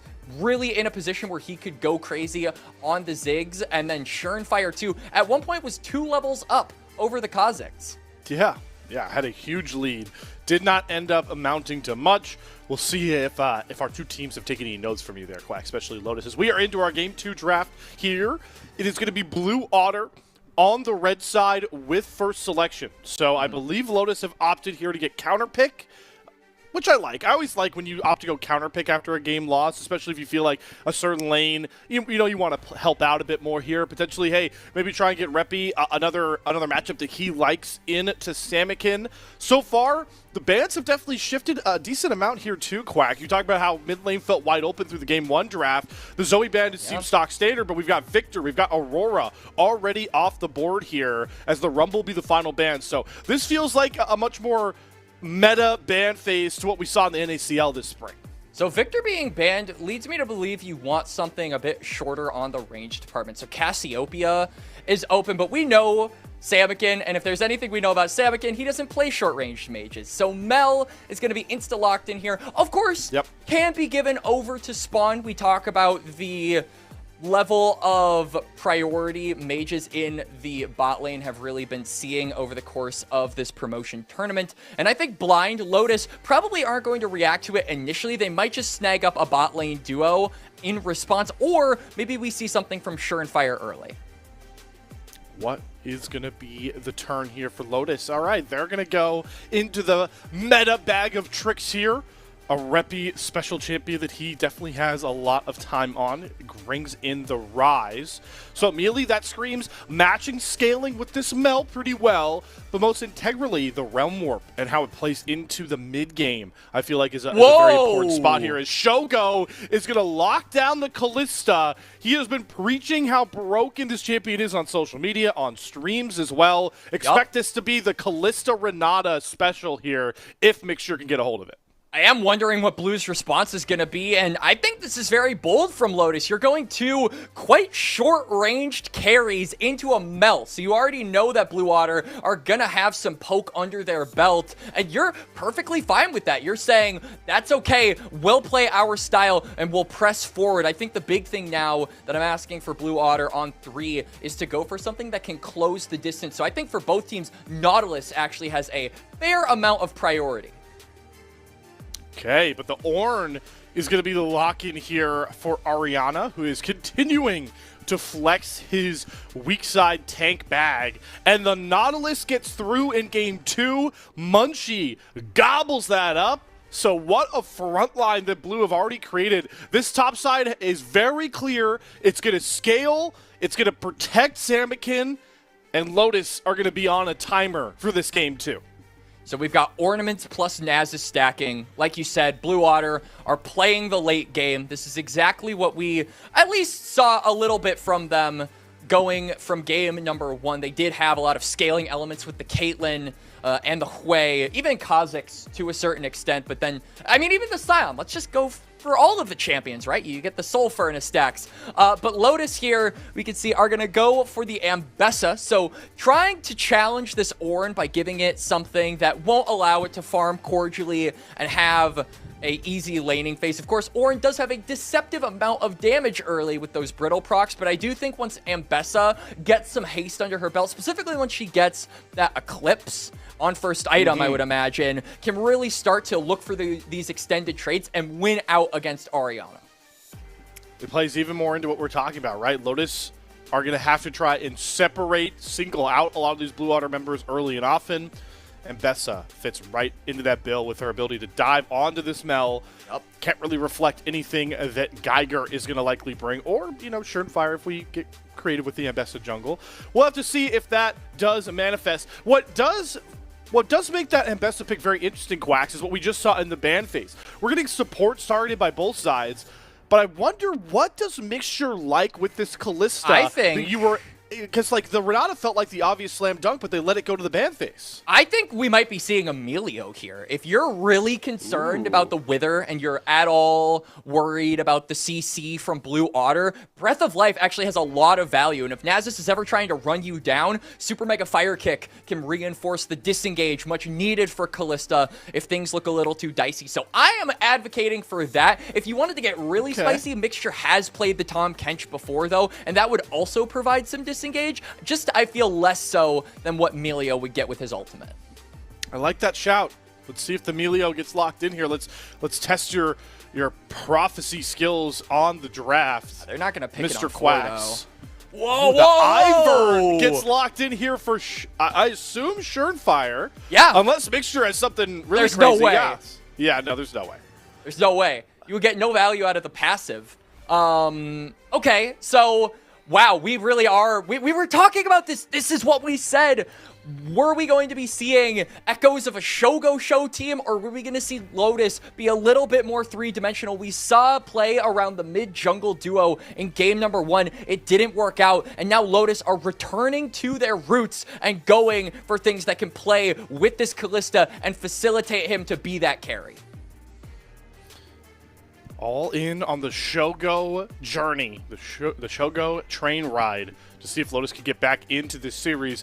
Blue Otter look like the response is going to be a classic of League of Legends, the Lovers duo. So they're going to get some protections here for spawn. They're going to allow Rovex to be really slippery. I think the Rakan with the rest of this front line is a really good pick. I'm very much so a fan of Blue Otter's draft.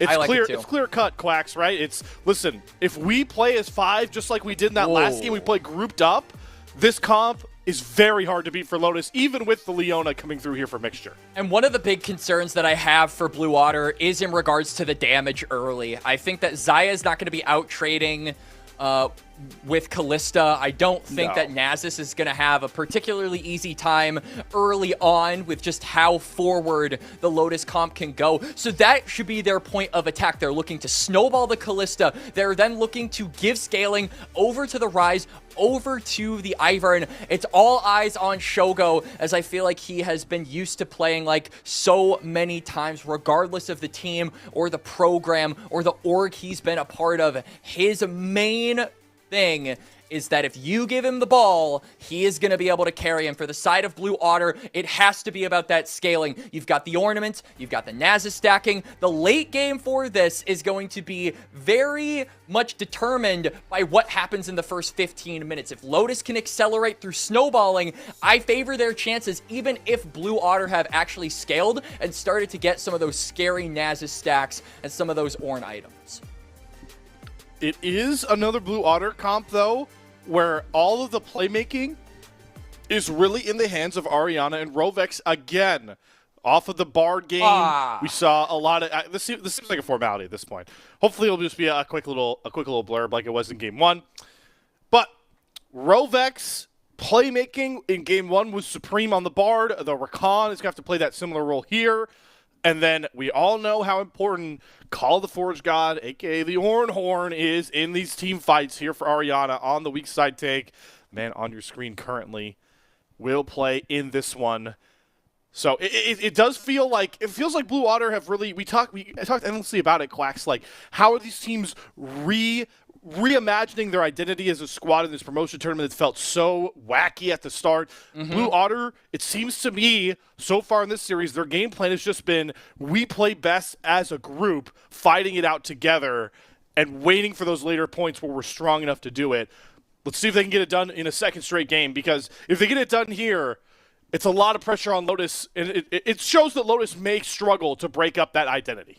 Whenever you're down 0-2, it can definitely feel like the weight of the world is on you to make it happen, especially when you're staring down elimination. That I agree with you, but I do think that Lotus have the tools in order to get this series to a 1-1. I think that Shogo on this Kalista is very well facilitated to do his thing. We were talking about how the Melio disengage and things like the Breath of Life would provide just a lot of safety in being able to play as aggressively and far up as you want with this Kalista pick. But I do think that Ivern achieves a similar medium in the jungle, which leaves Mixture with a lot more room to play his support. So you get the engage from the Leona, you get that lockdown, and I think against a champion like Mel, this is particularly good because Zenith Blade, it completely counters rebuttal, right? It basically says, Mel, get over here. Like, you're coming to me. So I think it kind of negates or circumvents, rather, some of the range that Blue Otter might be trying to flex over Lotus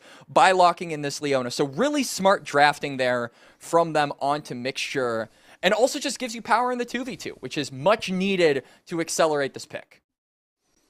I see the logic. I think the Leona does play that integral role. I just think that a lot of credit has to go to Spawn for seeing the Xayah angle here, right? Because the Leona hadn't come through yet, and I think the Feather Storm really hurts the Leona the most, which is why I think this pick is so good.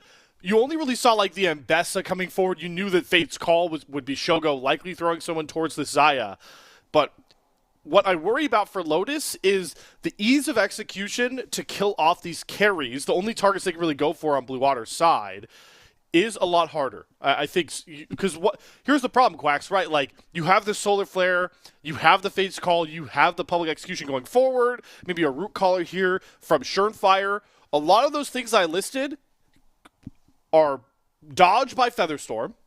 And almost everything I just mentioned, outside of a Zenith Blade from Mixture, can be repelled from Samikin. So at the very least, you have to be aware of these two cooldowns as Lotus, because they can completely ruin your game plan going in. Because if you go in at the wrong time into a comp like this from Blue Water, you're mincemeat.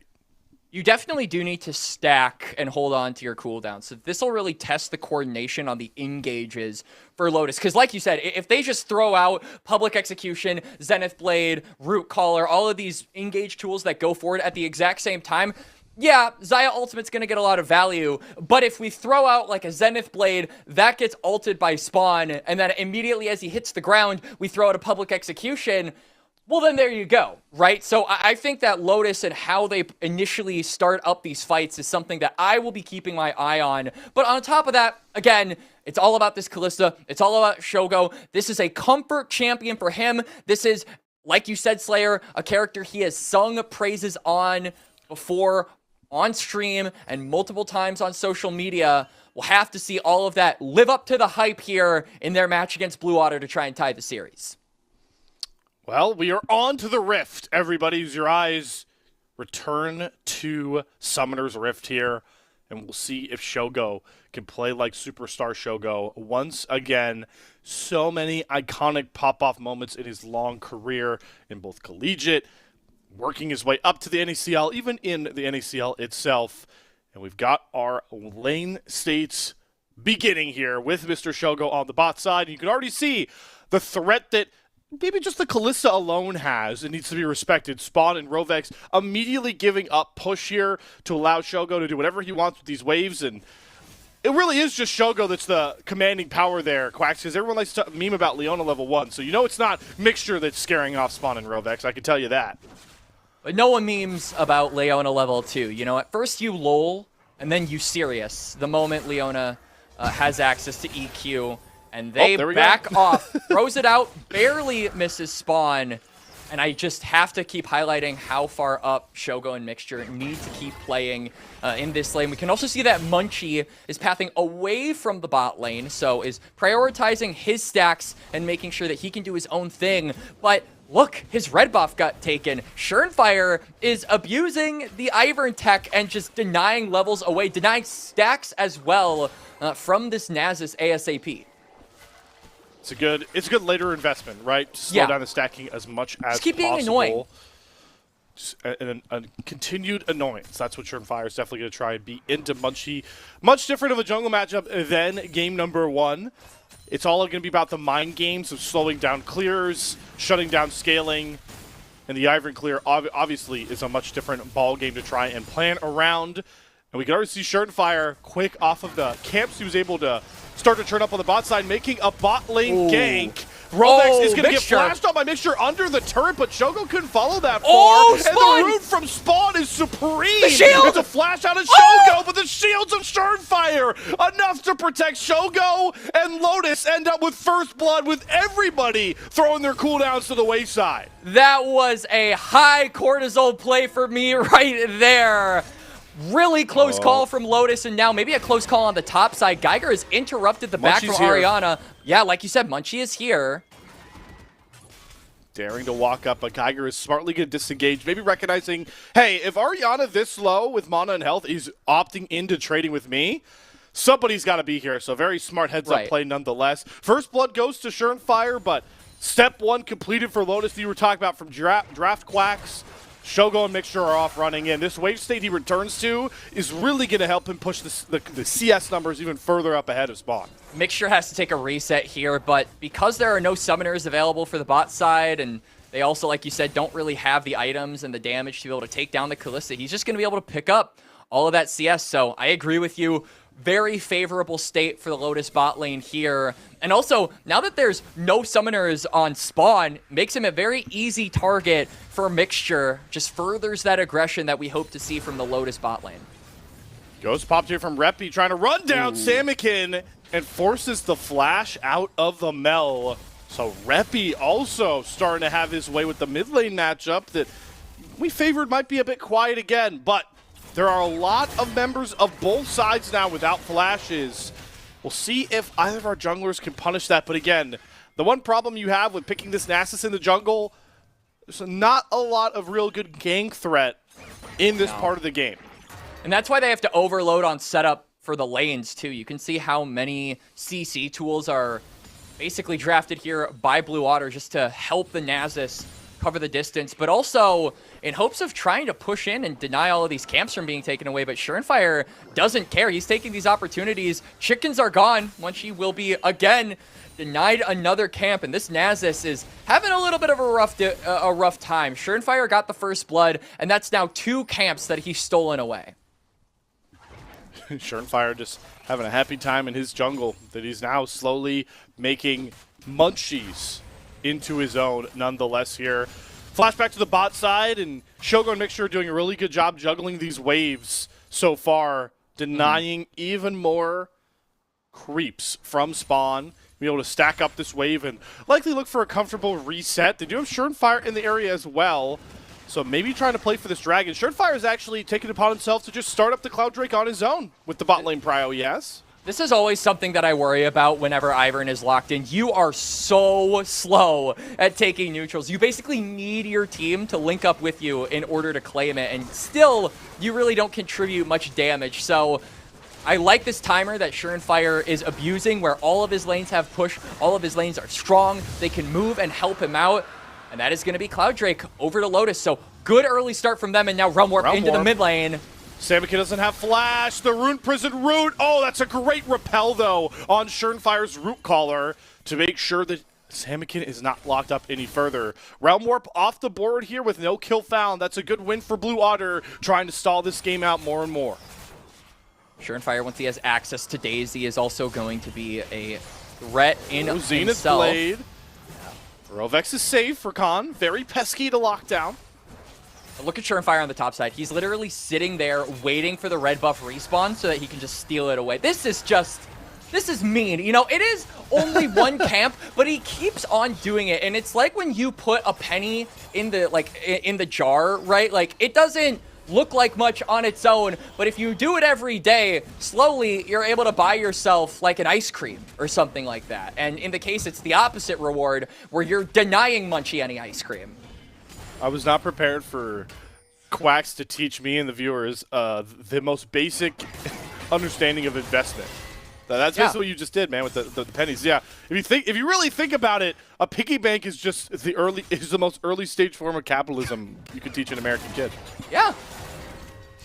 And you can translates to the Ivor on the Rift. you can even teach a dog investments here, as it looks like that's what Surenfire is opting to do. There it is again. You called it. Bye-bye, Raptors. Yep. Goodbye. Now, Grubs are up in 30 seconds. Daisy is active. We don't see any movement from the supports, though. I would imagine Lotus are just going to be able to take these Grubs with really no issue. Reppy doesn't have the Realm Warp, so if Samikin can get push on this next wave, maybe he can make it difficult for Rise to link up. But just based on the way Blue are playing, I don't think they have any interest in actually being able to contest the topside objective. Surenfire making his way down. As Munchie is hovering Samikin. Void Grubs have respawned. It definitely feels like the way these teams are moving that they'd be playing for a dragon. But you highlighted the Grubs well. It's going to see Munchie walk his way back over to the top side. This is a game where I think side laning isn't necessarily a big factor. Lotus definitely maybe a bit more favored in it with the fact they have the Rise and the Realm Warp. But Grubs are always still an important objective to take, and both Munchie and Surenfire are hovering this side of the map, so it's important to see which lanes have prio. And once again, it's Lotus that do, and you can see how much confidence that inspires in Surenfire to just knock down these neutrals. Munchie is onto his Krugs, and Surenfire is going to be able to slowly but surely, as you called it out, Quacks, get all three Grubs here. It gets a little bit better once you have Daisy. You know, Daisy helps you with the Grubs. She helps you secure kills. She gives you CC. She does your taxes. She helps you with those investments that we were talking about. She really can do it all. Well, do it all, I'll say, if she gets a game win here for Lotus. But she's doing a lot so far early. Can Daisy help Lotus get this win with Surenfire on this Ivern? As we do see some trading bot side from Rovex. Oh, the Samikin's moving down, by the way. Lands onto spawn. He holds on to his cleanse for a very long time. We're going back in. This Zenith Blade re-engage. Fate's Call, though, is going to pull Mixture out of danger. Rovex gets the charm with the quickness, but the TP's coming through here. Surenfire nearby as well. It's a snare from Samikin to slow Shogo back down as Geiger is TP'd all the way down here for this play. It's going to result in very little public execution. Also, not going to hit there from Geiger. A lot invested there from Lotus to come up with no kills. But really, Blue don't get anything back on the cross map. Ariana gets responded to by Reppy. He Realm Warps to the top lane to prevent the Ornn from getting too much in-plate gold or CS. So they managed to mitigate anything that Blue tried to get in response. It's a costly play, but Blue Otter themselves don't really get anything for it. In fact, I would say Blue probably lose out because they weren't able to punish Shogo, arguably overextending there. We saw the Mel moving down. We saw Rakan ulting. We saw Nasus in the area. If that TP didn't come through, I think Shogo and the train that he is looking to ride into a carry on this Kalista probably would have been halted. Still waiting for Shogo to be able to show the real power of why a lot of people like this Kalista right now in the meta. If you're not too privy, it is because of the static Shiv changes. A lot of people love how much that helps the attack speed, the on-hit of this champion. Shogo not there just yet, but we got mid-jungle duos battling it out here as Daisy has been brought back out by Surenfire. As Surenfire and Reppy continue to try and target Samikin, Daisy gets a good knockup, but through the minion wave, it's hard for Reppy to push out any further damage. So once again, Samikin able to decently shrug off Lotus's targeted attacks onto him. Right, so Wither. Surefire now being aggressed onto. Root Caller, Rovex looking quick to knock him, a flash solar snare, and a shutdown over to Samikin, able to get his revenge. Let's see how angry Lotus are after losing their jungler, but Rovex gets caught in the quickness charm, and the golden eclipse allows Samikin to double on up. Yeah, good stuff there from Blue Otter, turning the tables onto Lotus, and that Protoplasm also keeping Munchie alive for a really long time. Basically means that once Shogo actually gets into the fight, there are no targets that he can auto a few times and then look to rend and get a kill from. So they deny the Kalista any gold. They're going to get themselves a dragon as well. So again, this really is something that we highlighted from game number 1, but their attention when it comes to controlling the space on bot side river has been so immaculate over this series, and it's what gets them this neutral objective. More stacks as well going over to Munchie, so this Nasus starting to get a little bit stronger here, Slayer. Slowly but surely, 200 at 12 is a very nice mark. I will caveat by saying, Quacks, I'm much more adjusted to the top lane Nasus stacking numbers, as I like to. That's a aficionado of my own champion to go after. Is, oh my god, we're just going after whatever Blue Water member is in the jungle. Nice snare into the public execution there. Mixture able to set up Geiger well and enough, but Ariana's health bar proves pivotal once again. This guy is just too damn hard to take down for 2 games in a row now. Yeah, Ariana's too tanky, Rovex is too slippery, Lotus look for an aggressive play. It'll be another camp, yet again, denied from the Nasus. So, I mean, there's your silver lining if you're a Lotus fan, but a lot of investment there for very little payoff. Still, though, no objective going to be up for a good amount of time. We see that the Herald will be spawning in a little less than 2 minutes. And Blue gonna look onto Reppy, maybe. Wither down. Munchie has the Protoplasm and the ultimate. Wither. Doesn't want to go for much more. Just a bit of a poke from the Radiant Volley there from Samikin. I think Blue Otter was just using this as a way to reassess the lane assignments. They've now successfully moved Samikin down to match into Reppy, but decent win here for Lotus is, yeah, you can see Shogo has been able to farm some of these plates on this mid-tier 1 turret. So Shogo still scaling into that mid-game power we expect from his Kalista. We haven't really seen Shogo's Kalista get into very many scraps since that initial gank coming out from Surnefire. That was a very close call. He wasn't a part of the double kill going over to Samikin, so that resulted in the dragon for Blue Otter. So I do think that we might see this Herald be our first actual look at how this Kalista does in a skirmish that involves more than like 3 or 4 people. Oh man, Munchie. He wanted to get back into Surnfire's jungle because his jungle's been under harass. But he's immediately getting punished. Fate's Call, Mixture thrown right on top of Munchie. But the turn from Rovex is able to catch Shogo, but he survives through the Wither, and they're able to execute Rovex going a little too far forward. The trigger seeds are too good at keeping Shogo alive. He doesn't get the kill, but Lotus have a man advantage as they barrel down this mid lane. They've got more than enough manpower here. They've even got Daisy power. Well, Daisy has unfortunately lost Goodbye, to Daisy. spawn. Yep, goodbye Daisy for now. But that turret gets lower and lower. And that'll really open up even more space here for Lotus. Shogo may not have gotten the kill, but we wanted this from Shogo. The Shogo pop-off is expedited to us now here, Quacks. He is up. He was up at nearly 1,000 gold over spawn. 800 still one of the higher marks here. Right. Alongside Surnefire over Munchie.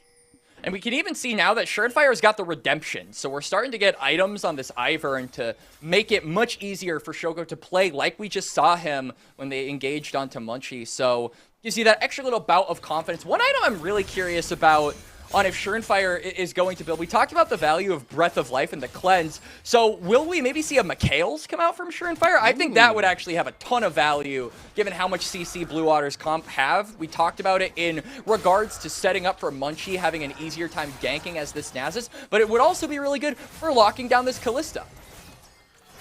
You know I'm a fan of my jungler building Mikhail's, but this is the power of the Ivern, right? Is can play as such a pseudo protector and just buy these cheap support items to try and vault up a main carry on your team. Bot side we go, though, as Geiger tries to protect his tier 1 turret. Good flash from Sam can get out of public execution, and Oriana's TP behind. All of a sudden, the gank manifests into a 1 versus 3 that Geiger simply will not survive. Lotus on the cross map do pick up the Herald, but that's first turret and a 3rd kill over to Samikin. Yeah, they acknowledge that there really is no way for them to contest that Herald. They don't have any vision really on that top side, so they overload onto Geiger. They're going to give up more than the Herald, as we can see that Reppy is going to get solo gold on this Rise. Haven't had a ton of time to check in on Reppy here, but I think this might be enough for him to get that second item, and if that's the case, he's really going to start to be much scarier here, as that'll be Roa and Seraph's, I would imagine, complete. Just allows you to get more into those AP items without having to worry about the preliminaries of beefing up your mana, making you have more health. You can really start now indexing into raw damage as this Rise. Obviously, Samikin is up 1,500 gold over Reppy, so he's going to be stronger. But you mentioned the fact that Reppy can now try and itemize for damage. His Roa is only at 3 stacks at 17 minutes. So you talk about how much more supportive the Seras, the Roa is for any mid lane mage. Think about on top the fact that Samikin's items are a Blackfire Torch and a Rocket Belt. If they were even in gold, Samikin would still just be so much scarier than Reppy right now, as we're seeing another cross map manifest here. It's Blue Otter that are going to match top lane turrets 1 apiece, but they're going to sacrifice the 3rd Drake of the game. Another Infernal Soul for game 2, and Lotus grabbed the first one.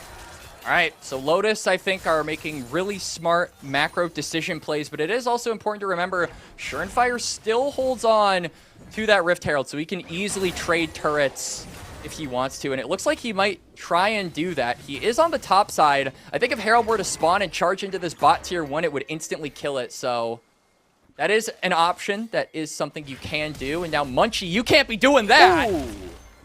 Good flash, but still a flash expended nonetheless. 2 ultimates down here for Lotus, but they'll take that. Solar Flare will be up pretty shortly, and Public Execution should be back around when we talk about a potential Baron timer up next.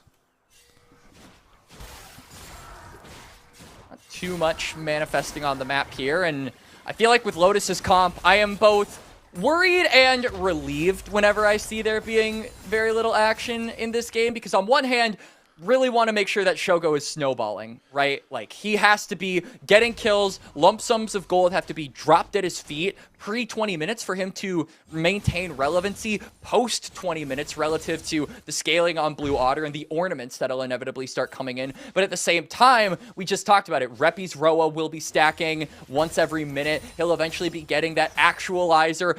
Surenfire 2 will be getting a lot of these support items under his belt, so that'll play into allowing Shogo to maintain his Kalista relevancy in the late game that we worry about. So I feel like this might all come to a head in the next fight around this dragon, because we're starting to see 2 items come through here on the 80 carries. I think Spawn should have his completed in about 3 minutes time, and the stacking from Nasus is starting to get to a point where it'll be relevant in the team fights as well. And Munchie, as we've seen a lot of these Nasus jungle builds come out, itemizing to play that frontline role instrumentally. The gold lead is in Lotus's hand. They have the dragon stacking, but I think if you had told Blue Otter that after 20 minutes this would be their game state, they'd be very happy, because Samikin is very strong right now, and he's trying to show that on to Surenfire, but Rovex goes low, the public execution snipes Samikin from over the wall! Geiger shuts down the Mel, and now Munchie should be the next one to drop from a great red out of Shogo! Lotus finally spring the trap and hoard all of the kills for themselves! And I was a bit worried there. It looked like Surenfire was walking into Lotus's area that they had warded and were prepared to jump on him, but the rest of Lotus descend. They back up their jungler, and Shogo gets a kill with the rend through the protoplasm on the Nasus. Herald will be dropped. Tier 1 outer on the bot side already taken, and a massive amount of gold given over to this Kalista. Exactly what we needed. And to put the cherry on top, we saw for a second in the picture-in-picture that Reppy was able to just free farm topside, pressure Oriana under the tier 2 turret. Wow. What a difference one play can make in a game state like this. Rovex living with 1 HP, but then Samikin, he just gets left to the wolves, or left to the flowers, I guess we should say. And that I wasn't actually sure if that Rend was going to kill him. It killed him from half through the protoplasm heal, so massive deal on that. And then, yeah, that's a bummer. Ariana will not have his teleport for the upcoming dragon fight, so that means no giant shield on the Ornn, and your front line is a little bit less tanky. Blue Honor fans, there's one thing I could tell you that may give you some semblance of calm. Ariana is level 14. Ornn augments are out. 1,000 gold worth of pure stats, and I like where he went with first. Samikin's rocket belt has been upgraded, so the gold lead becomes a bit deceitful as the Ornn Horn forces Shogo to flash. As flash off of the Callista. A nice win there for Blue Otter.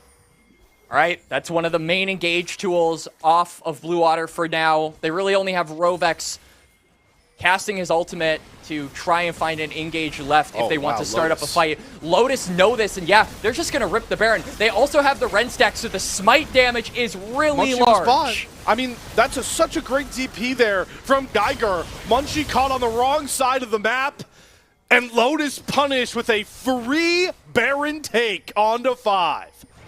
They do. And look, you can see they're running down towards the bot side. They want to catch Rovex. Yep, the Rune Prism forcing the Mikhail. Oh, he went through! Follows through. Rovex sayonara right as the dragon spawns. What a 3-minute window here from Lotus. They've completely taken over game 2. They have, and it's off the back of those engages, layering them like we said. We were talking about it in regards and context to the Xayah trying to avoid that ultimate, but we saw it right there. Zenith Blade followed by the public execution. It didn't happen at the same time. They layered their pick tools, their Slayer, and they got the kill onto Rovex and Shogo. Now, on this Callista, 2.4k up. Over spawn. He has 3 items. He's working on a 4th. QSS is actually going to be worked on here for him right now. Yeah, that means there's no need for a Mikhail's onto Surenfire. He can keep going on these support items. He already has the Moonstone. Ardent was just bought as well. How are you ever killing this guy? This is giving, this is reminding me of times where it was all inning the AD carry in the meta. It's nice to see Lotus paying homage to what so many people have talked about as a point of emphasis with Shogo teams, that he can be a superstar that can carry a squad to victory at this level. Thank you very much to our production team showing off this gold graph. You can tell exactly the moment that Lotus were able to take complete control over this game, and the stocks only continue to rise on this Baron power play as they're hunting a tier 2 turret. Surenfire using Daisy to walk directly at Blue Otters. Make sure it's going to take the root color forward. Ariana, health bar dissipating quickly. Ornn Horn going to come out as they do have the Wither. Solar Flare does not delay the recast, but make sure we'll softly tank that up. And now the wave is up here for the tier 2 turret. Rovex popping the quickness to try and stall them out. Fates call forward. Mixture going in with the Zenith Blade. They're going after Munchie, trying to test that protoplasm healing. And he will be able to walk it out with the Fury of the Sands, but this 4-1 push is looking deadlier and deadlier by the second from Lotus. Geiger has knocked down the mid lane inhibitor turret, and the inhibitor is next to fall. I love to see it. Inhib down in mid. They're going to move up toward the top side. Ariana's going forward. They want to try and turn this. Blue Otter have to look for an aggressive play, but they feel so unprepared. All of that damage feels like it is on Samikin, but that's not enough. Reppy does flash back out, re-engage on Ariana. Mikhails comes down, but it's a flashback out here from Mixture again as they don't want to fight in those tight corridors. No reason for Lotus to push any further. They've got what they've come for on this Baron power play. Mid lane inhibitor down, and they're going to come off, reset, steal away camps, and look to push this gold lead even further than its 7,000 mark it currently is.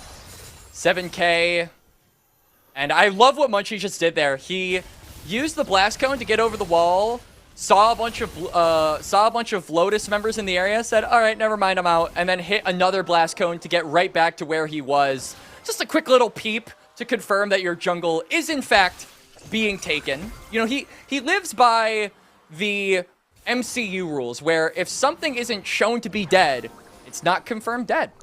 So the wolves could be up. He had to see for himself.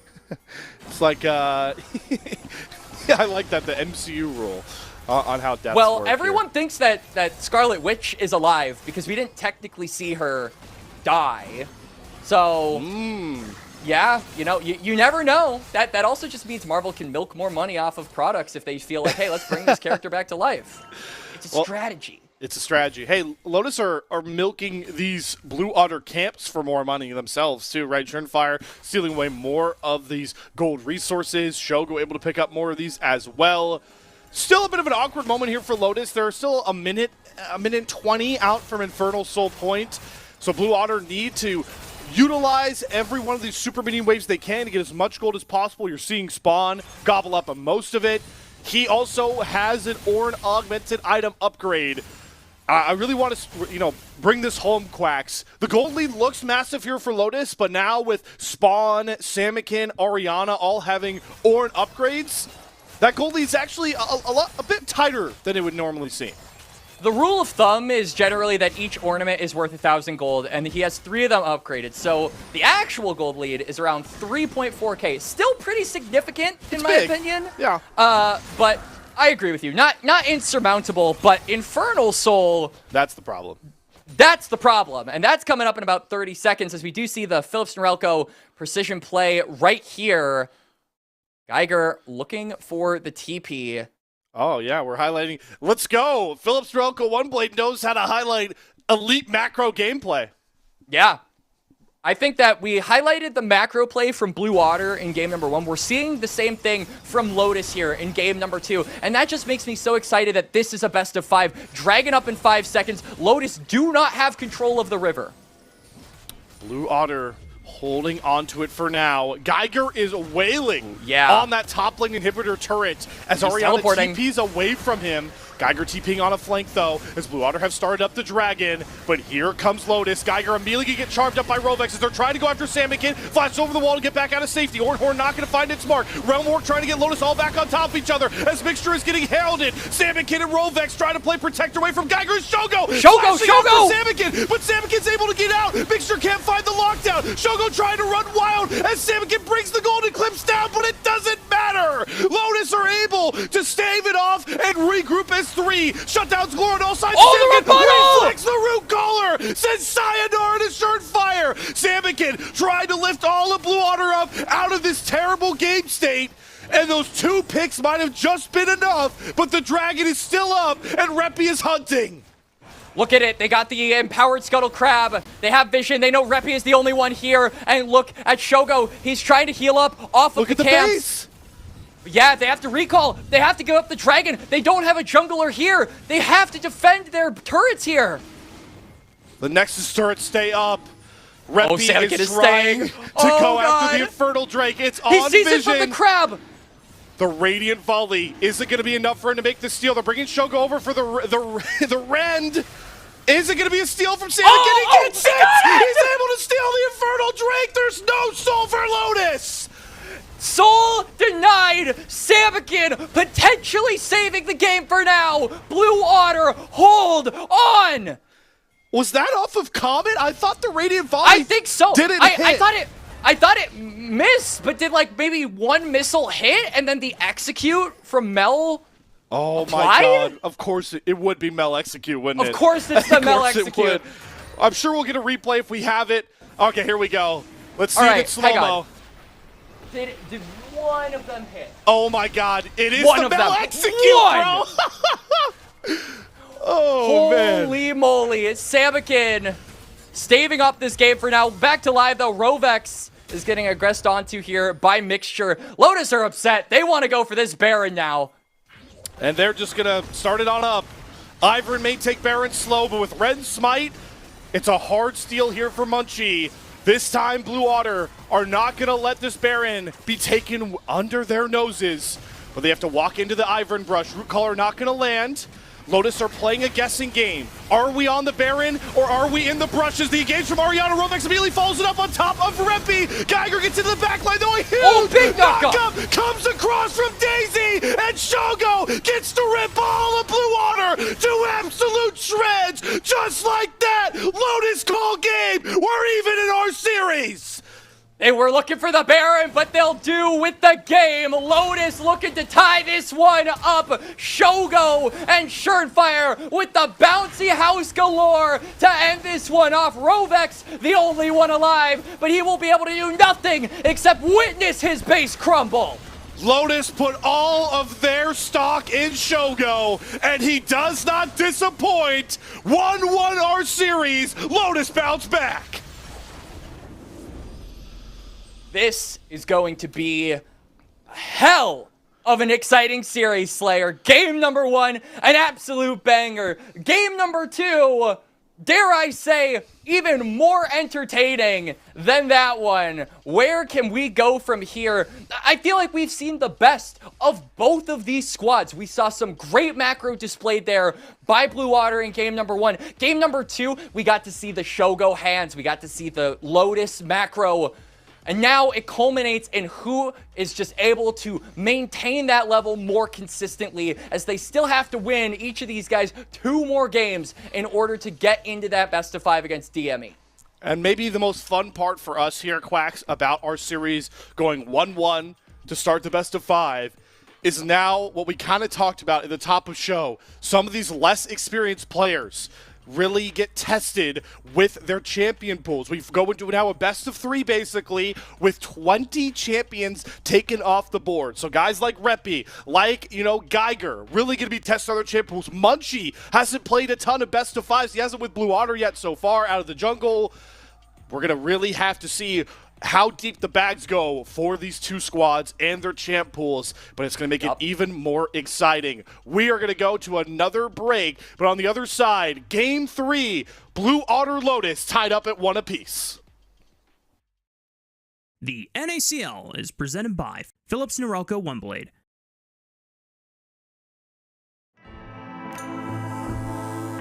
Trim. Edge. Shade. Trim, edge, and shave with Philips Norelco OneBlade. One tool for all you need. Philips Norelco OneBlade presents Shave All Things.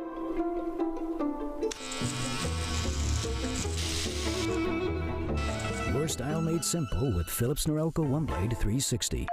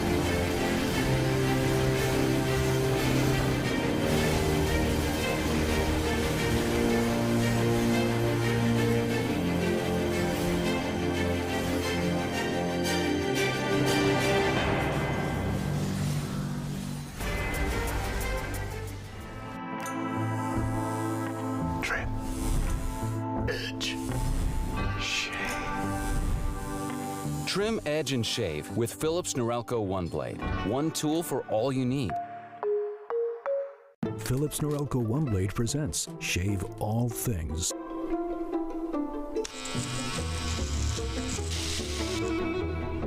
Your style made simple with Philips Norelco One Blade 360. The NACL is presented by Philips Norelco One Blade.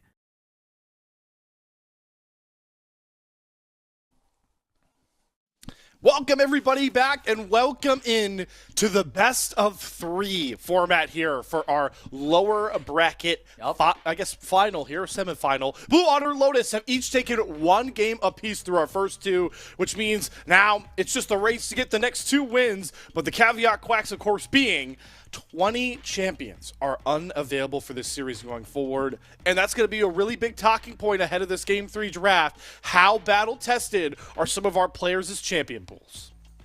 We haven't seen any of these teams go past 3 games, and now it's inevitably going to go to, at the very least, a 4th game, Slayer, because Blue Otter did not make the playoffs in the NACL, which means they avoided the best of 5s. There were no best of 5s in the OQs. So Lotus, as well, have only been doing best of 3s. I'm assuming, of course, that they have scrimmed and practiced with best of 5s, but this is the official first best of 5 we have seen from them on camera. So it'll be cool to see what the adaptations look like, what the drafts look like. But looking at the post-game breakdown of game number 2, Slayer, that was a really convincing win from Lotus after what was in game 1 a very convincing win from Blue Otter. So we have seen the best of these teams, and now it's just a test of who can keep up that form.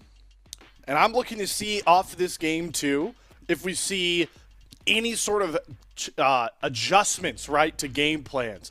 For the Blue Otter side at this point, right, we have had Ariana, who I think has been playing pretty well in the series, on a lot of weak side tanks. Teamfight playmaking takes the Scion, the Ornn. Those aren't available. There aren't a lot of champions that meet that kind of description left in the meta pool, I feel like, for Ariana. So are we going to start going towards maybe some carries in the top lane, adjust our gameplay that way? Are Lotus going to keep indexing in a meta that's pretty adverse to it into Shogo more and more often here, right, Quacks? He pops off on the Kalista game. Are they going to try and get him more carries as we dive headfirst into this Game 3 draft? Pretty similar bans across the board here, but the picks are already flying. It's Lotus that are going to B1 a Nico for Mixture. And Blue Otter hovering this Lucian may just look to get a pairing for themselves. We talked about how early in the year it was all about the bot lane duos, and since the months have gone by, it's been less so about that, now kind of switching over to top side being very important. But it looks like we are not going to get any of those tried and true bot lane duos down just yet. Nico, maybe to be paired up with the Ezreal. I could see that being a thing, especially because that's also a big comfort pick for Spawn. I feel like that is the champion I most closely associate with him, and does well at being able to just provide range for Lotus in the bot lane.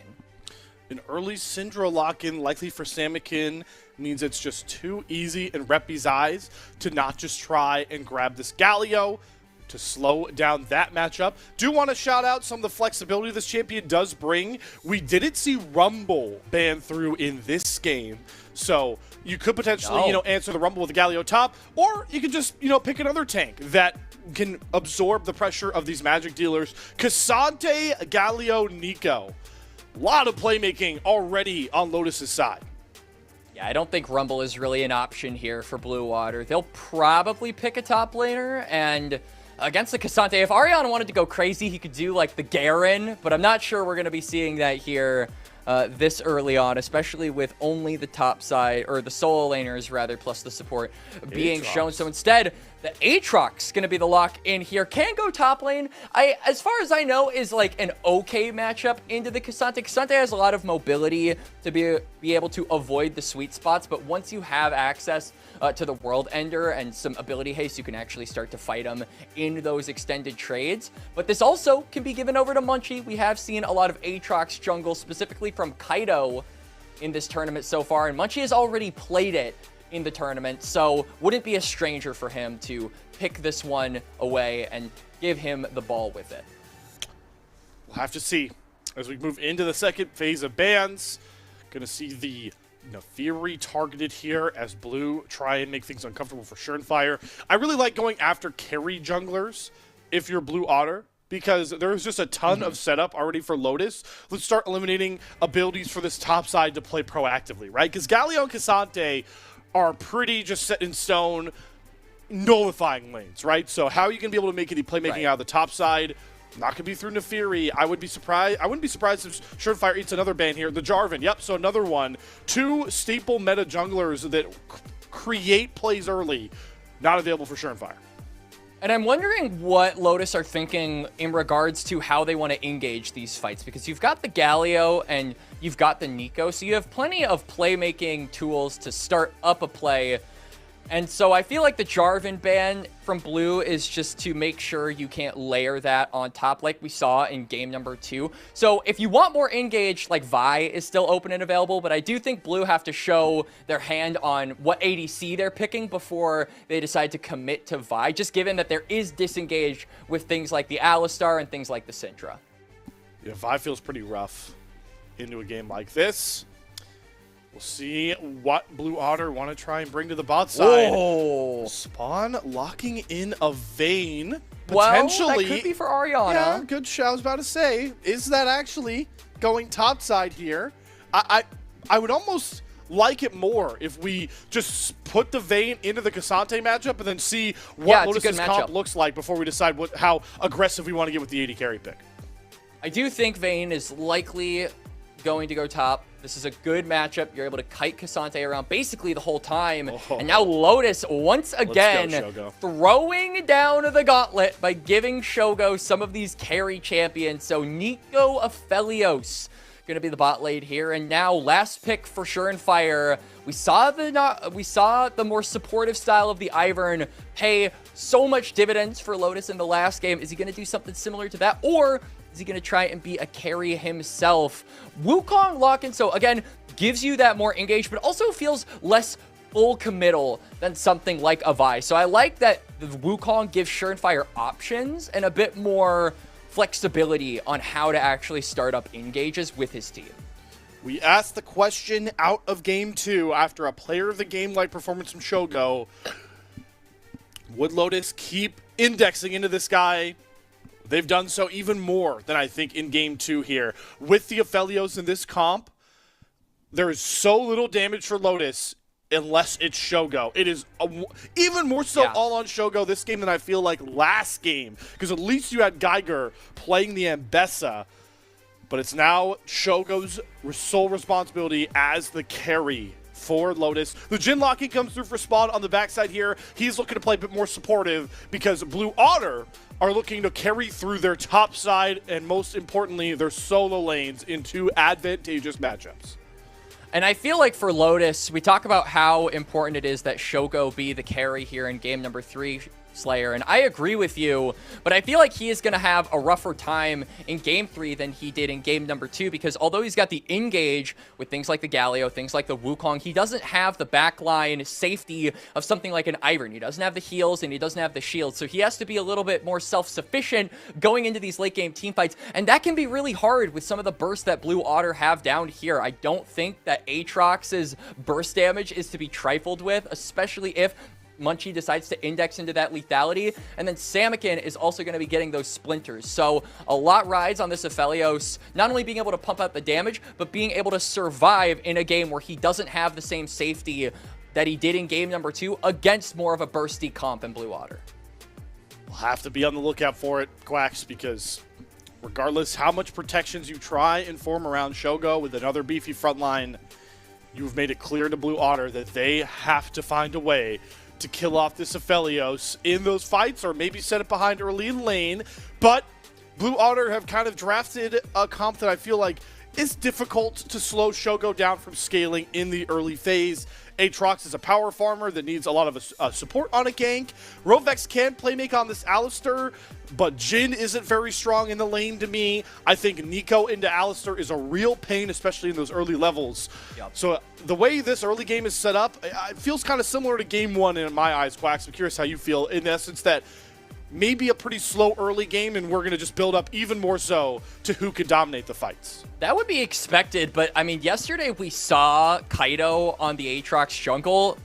I literally said he's gonna power farm, and then right as he did that, he crossed over to river after taking 2 camps to steal away enemy raptors and instigated a fight 4 minutes into the game. So I feel like Munchie has the ability to maybe scrap a bit early on, but the big thing is gonna be about how he manages his Q, because one of the biggest things I always warn against with Aatrox jungles in early levels, your Q is on like a 17-second cooldown. So if you're using that, you're probably not going to get a second cycle of that spell off. So you have to be very mindful about aiming that and very mindful when you decide to use it, because chances are you're not going to get another shot. And I think it's for that reason, on top of just the scaling you have on solo laners, that I agree with you. I favor Blue Otter to just scale up and not do anything too crazy, but that comes with its inherent risks, because on the other side of the table, you're having to deal with an Ophelio scaling at the same time as you. A lot of things to contemplate, especially for those junglers. And you talked about Kaido on the Aatrox getting aggressive.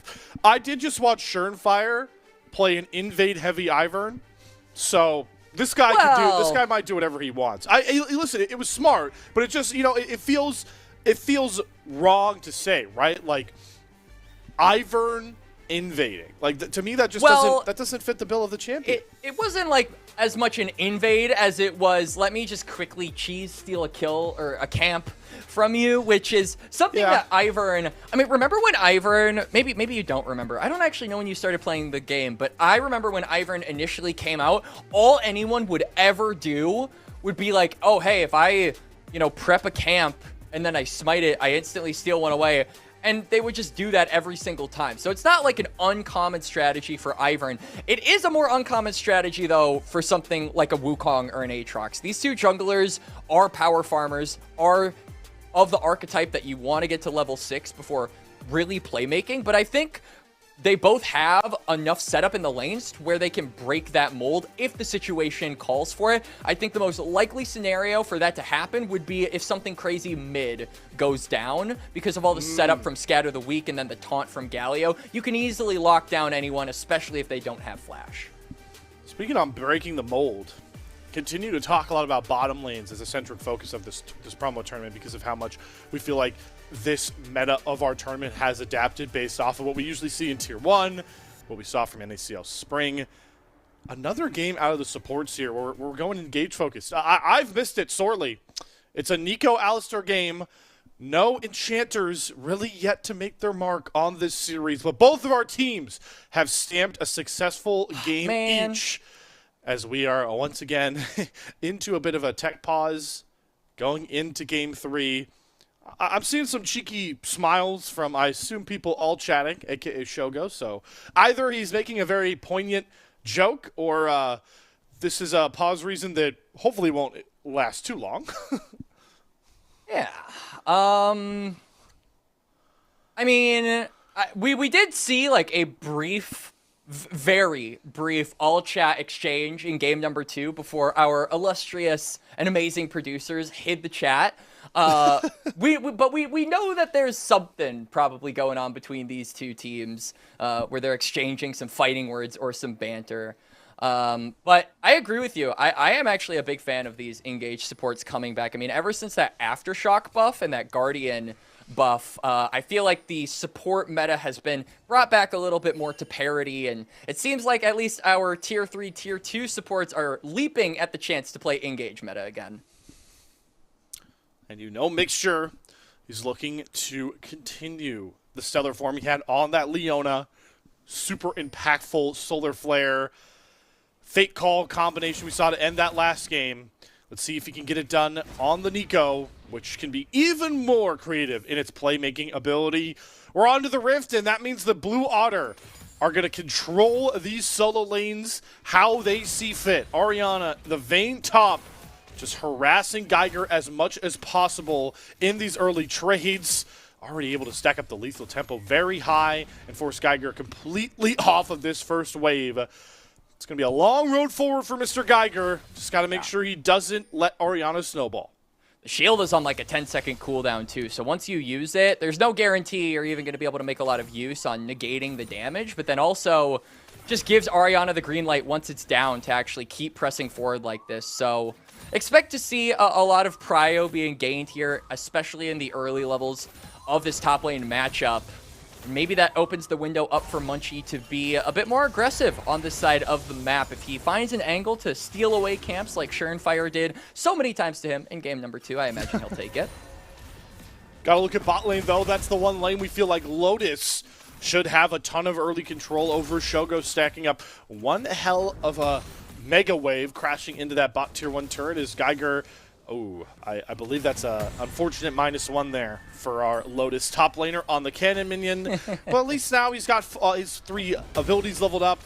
A bit more space creation. This is all, by the way, just buying time for our junglers to power farm, full clear. Definitely waiting for ultimates, especially for that Wukong to come online before we could see Surenfire have an entrance to any of these lanes. Samakin putting the hands on Reppy right now, about 150 HP for him. Levels up, so gives him a bit more extra safety, but we talk about the, we mentioned it briefly, but it hasn't come up as a huge point of relevancy, but one thing that did worry us going into this series and going into this tournament at large, Slayer, in regards to Reppy, was the laning phase. I feel like a lot of the influence he has been able to put on their wins has been roaming with Surenfire, going down toward that bot side, and essentially just being an extra man to provide pressure and give Shogo a lot of that carry potential. And it feels like this draft is kind of a indicative of that being the style they're looking toward, but I do think that the first 15 minutes for Reppy are a point of concern and something that we need to be shored up against Samakin, who has had some inconsistencies in lane over the course of 2026, but as you can see, is starting to turn it on as Blue Water Summer and as this series rev up and warm up. Well, here we go with Munchie, already looking for a bot lane gank. It's the heal speed up. Rovex was looking for a headbutt pulverized combo, but a nice tangle barb there for Mixture kind of slows it out. Seems like Munchie just felt like he had a bit of a timer to maybe give a look bottom lane, so not a bad walk, and now he'll just play for his respawn Gromp. I don't think there's really anything Surenfire can do to punish Geiger, his exhaust. Exhaust, down on top of Geiger. He's holding on to his flash. Ariana gonna flash follow. The condemn. He went for the style play for the kill, and it falls just flat. That Doran's shield OP. What can I say? It's like the first time we haven't seen both top laners take Doran's helm, and it ends up being the thing that saves Geiger's life. So no kill there to Ariana. Expended both summoner spells to try and make it happen. Will definitely limit his kill pressure for the time being, especially now that Geiger has the Bramble Vest, so it's just making sure to be more and more of a nuisance to actually try and kill. And if Ariana can't snowball this lane, I mean, I do think that anytime we see a double marksman comp, we immediately jump to, okay, if both of these marksmen are online, it's going to mean the opposite team is going to find it impossible to split their attention between taking down both of them. And that's kind of the idea. It's overwhelming damage. But early on here, and I feel like even later so than most double marksman comps, I mean, Vayne needs that snowball in order to be relevant later, and Jhin needs longer than most other AD carries to scale. So I don't think the threat of this double marksman comp is as big of a deal if Orianna does not get ahead, simply because Jin's damage doesn't come online until much later into the game. And that's partly because, especially in this game with the Doran as help pick up for Spawn, likely to see him play the more supportive Jhin role that usually does get an eye roll out of me, especially if we see a Ghostblade RFC from this guy, the famished Jhin is what a lot of people like to call it. Looking to play supportive, right, to try and play for this top side. So I'm with you. This doesn't necessarily feel like the double marksman comps that people hailed it as a big damage problem of past. Infernal Drake, though, onto the Rift. Nonetheless, both of our junglers down here looking to try and play for that crab. Yep, good call out, Quack. So Surenfire would love to get this, and he's doing it up with Mixture, cosplaying as Shogo. The real Shogo's here as well as Reppy gets caught trying to roam over. Nice little scout of the weak stun. There's a headbutt pull from Rovex. Come back out. The flash forward taunt from Reppy's going to whiff. Rovex flashes. Shogo flashing forward now to get Sam. Give the Graviton Root into the Cyclone. Surenfire got level 6 and makes Blue Otter pay. First blood to Lotus. Yep, got the Cyclone unlocked. That was the goal, and they immediately turned the tables on Blue Otter. Samakin going down, having to use that flash as well. Doesn't have teleport, so we'll also miss this incoming wave. A bit more breathing room over to Reppy in the laning phase, and also maybe another opportunity over to Surenfire once he has that Cyclone back up and available. He held on to that flash, so you can get a snap engage onto the Syndra, especially if that Scatter of the Week is misused. But good decision-making there from Lotus, grouping up and then off the level 6, utilizing that Cyclone for the re-engage. That play was a roller coaster for Lotus fans. It felt like Reppy was completely caught trying to reconnect, but the power of that level 6 upgrade really makes the difference. And where does the money go, Quacks? Right to the richest bank on the street here for Lotus. The Shogo Bank grabs that first blood. He's 700 gold up on spawn at this point. And he's rushing towards a potential, I believe that we might see a Storm Razor for Mr. Shogo first, but safe to say that Lotus got the exact start they need in this comp with how much they're relying on Shogo. And I like that they actually didn't go for the dragon there. I'm sure there's some people who are probably questioning why they didn't just immediately turn that play into an objective. And I think it's because they want to make sure that they have all of their cooldowns available before they fight. Mixture is really close to level 6. Surenfire just used his ultimate. So I think there is value in waiting to go for this objective until you have multiple different points of engage. Like we talked about with this draft, it's about setting up for Shogo to deal the damage. And if you don't have all the tools to lock them down, I think it's a safer bet to just wait.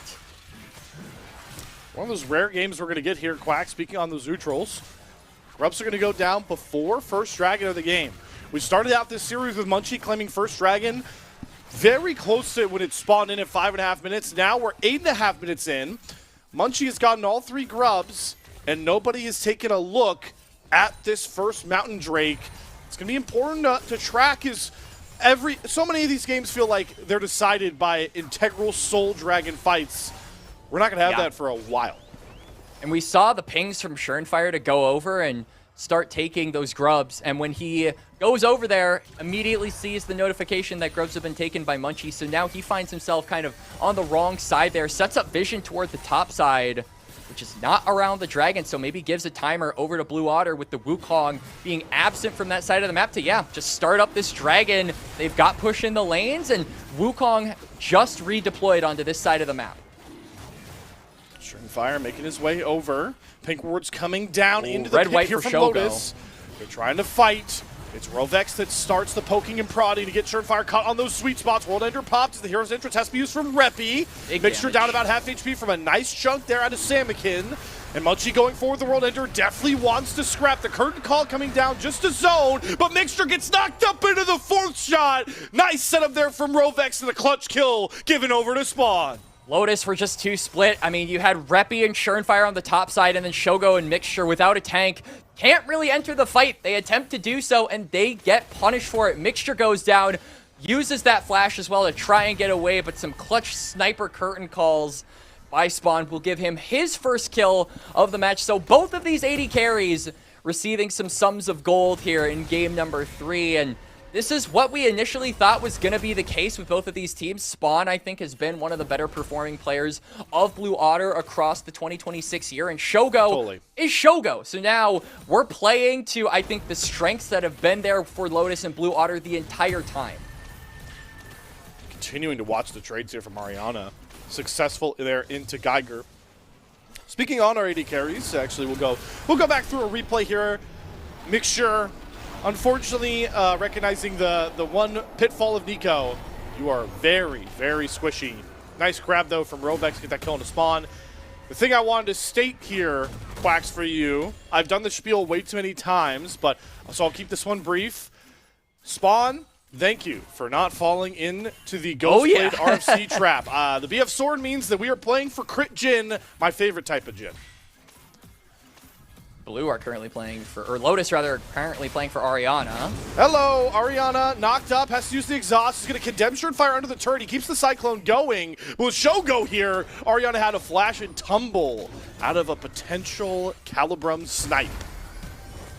That condemn slightly messed up there by Ariana. He knocked him closer to the turret, and kind of cut off his route of escape. So maybe it was the difference maker between him having to expend that flash. But now they want to trade it on to Geiger. They know all of Lotus are topside.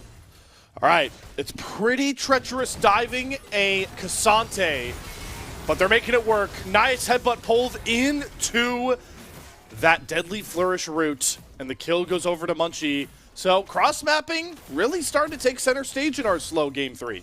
And I think it's really smart from Ariana to commit to that play. He understands that, yeah, sure, I'll be giving plates over on the top side and gold over to Shogo, but I'll also be giving gold over to myself, and I've got the grubs. So making use of that difference and allowing them to get just that extra little bit of damage on the bot side turret, plus maybe sets you up a bit better for the future Dragons, as now Lotus don't want to let this go. Teleport is coming through, and Surenfire cancels the back. Ariana has nothing. No final hour, no flashes. It was that one condemn, but Reppy follows with the Justice Punch, and Ariana will be aptly punished for a very greedy back. It's the BAP of the staff from Surenfire. Has to commit the flash, but the kill has been found nonetheless. Yeah, flash being burned there from Surenfire will maybe have some repercussions as this dragon spawns in a little less than 2 minutes. Might lessen the impact of a snap engage from Lotus, but still, good punish there. They get the wave in a favorable spot here. And as now we're going back toward the mid lane, cameraing over there, we do see some redeployments and some rearrangements of the lane assignments. Samikin and Rovex teaming up to go after Geiger. Oh, Munchie, I didn't see you there as well. It's a party. And Geiger, you are not on the VIP list, my friend. Scout of the Week is going to stun him up. He's going to flash. Unleash power, not going to be enough. Munchie also flashing to try and get that knock up. So Geiger able to absorb this gank. So, yeah, like you said, now both junglers going to be flashless ahead of this dragon fight. Shogo as well, having the red-white ahead of this objective too, I think wants to spend as little ammo as possible between now and 60 seconds from now. But on Munchie not having that flash, I wonder if this is going to just mean all of Lotus immediately focus him down, because we talked about the double marksman comp being something where you really have to make sure both of those marksmen die. But now you've got a flashless Aatrox, so that opens up a priority window for you to jump through for this fight too. So my biggest question is who are Lotus actually going to focus down if a fight does break out ahead of this dragon? Neither team seems like they are really chomping at the bit to set up for this objective. We do see some resets coming through from Blue Otter though, so maybe signals that they're going to redeploy toward this bot side. It's kind of playing out as we expected here at Quacks. The teams like their nice little overloads, looking for ganks to punish side laners. But everyone else is pretty skittish because they know how vital the team fights are in this game in particular. And what it means for the current state is, when do we get second items? Not going to be online for this dragon that has spawned, but Lotus are paying a ton of attention towards this top side. They want to get that first brick onto their wallet, and they're going to gift it over to Shogo. The trade here for Blue Otter is for that dragon stacking we talked about, but again, I want to point out here, Quacks, that is just the second dragon of the game down at 15 minutes. It's not the end of the world, right? But it does maybe put a bit more of a timer on Shogo to continue at the rate of gold collection that he has been going for this entire game. I mean, we saw on the top side him getting that turret, but there are still 2 other outer turrets left for him to claim. Grubs are also going to go down, so if Surenfire shadows this Aphelios the entire time, it'll mean that you probably are able to give him some extra plate gold as well. I like what Lotus are doing here. They're giving up dragons, sure, but they are indexing into their win con, which is the Aphelios. They're just making sure he is as comfortable as possible, and he is the richest man on the Rift.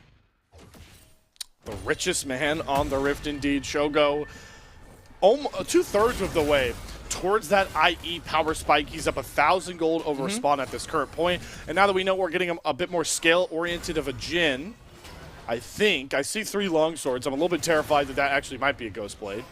We'll have to see. A lot of things built out of longswords, Quacks for 80 carries. But regardless, Shogo is definitely winning the arms race by this point. So Blue Otter are going to go back to the tried and true well of just diving Geiger. Full combo from Samikin. Basically gets it done on his own, and he will pick up the kill. Another overload onto Geiger. The trade here for Lotus is going to be a bot lane tier 1, but Blue Otter going to make out a lot happier, trading a turret back for themselves. They do get a turret, but it's also important to remember Surenfire still has access to that Herald, so he could just as easily throw that down in mid and make that 1-for-1 turret trade a 2-for-1. I support him not actually using it right now. If he can help it, try and save it for as late as possible so it gives you some influence in being able to take control of that bot side river.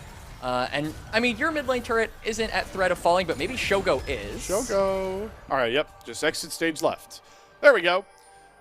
That's a little awkward. I think Spawn was trying to wait for the wave to come up to fire that last shot, but I think the timer ran out nonetheless. Okay, pivot over to the jungle. Used his pulverize. Jungle's in support, battling over the crab. I believe Surenfire actually smites that one away under Munchie's waiting guys.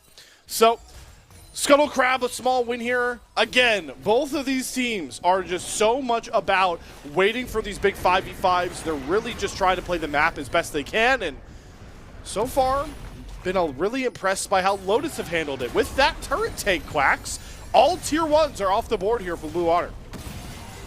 Is he going to be able to do this? Surenfire making me eat my words immediately after that. Munchie coming in off the side with the world teleport ender. They have coming. stalled up Rovex. Here's the pop loss from Mixture. They found He is Ariana! going to grab Ariana. Tries to tumble back out of space as the hero's entrance comes down from Reppy. Flashes forward for one taunt. Rovex will interrupt it. So Ariana does get out the rocket belt. Doesn't do enough damage here from Reppy. Blue Otter posturing to try and push further forward, but they don't have Munchie's World Ender. They don't have mana on Spawn. And it doesn't look like they can keep going forward. I say that, though. Munchie's still dashing after all of Lotus. And everybody is going to limp out of our first major battle. That's 5 flashes committed for that fight, and Dragon is up in about a minute and a half, so plenty of targets are available to the team that manages to find the snap engage there, but no one going down in that trade. Lotus, though, going to be able to get the turret, crash it into tier 2. Teleport from Reppy, though, but Samikin is going to spot it out. Yeah, trap to slow. The Sentry should be able to escape. Credit, though, on that last fight over to Rovex. The disengage from the Alistar, saving multiple members of Blue Otter from a gruesome fate and allowing his team to recuperate back to mid and set up for Drake. A minute out from this Cloud Drake would be sole point here for Blue Otter. Quacks, how do you figure a Cloud Soul plays in a game state like this? For, right off the bat, I just think it is pretty integral for champions like Aatrox, Vayne on the Blue Otter side. If I'm a marksman this game, I love it because all of these marksmen are, well, Vayne has mobility, right? But you also have your passive on top of the movement speed you'd be getting from Cloud Soul. Just makes you very speedy in the fights. And hey, if you're also going for the Storm Razor, gives you that extra little bit of move speed too. So you'll be schmoovin'.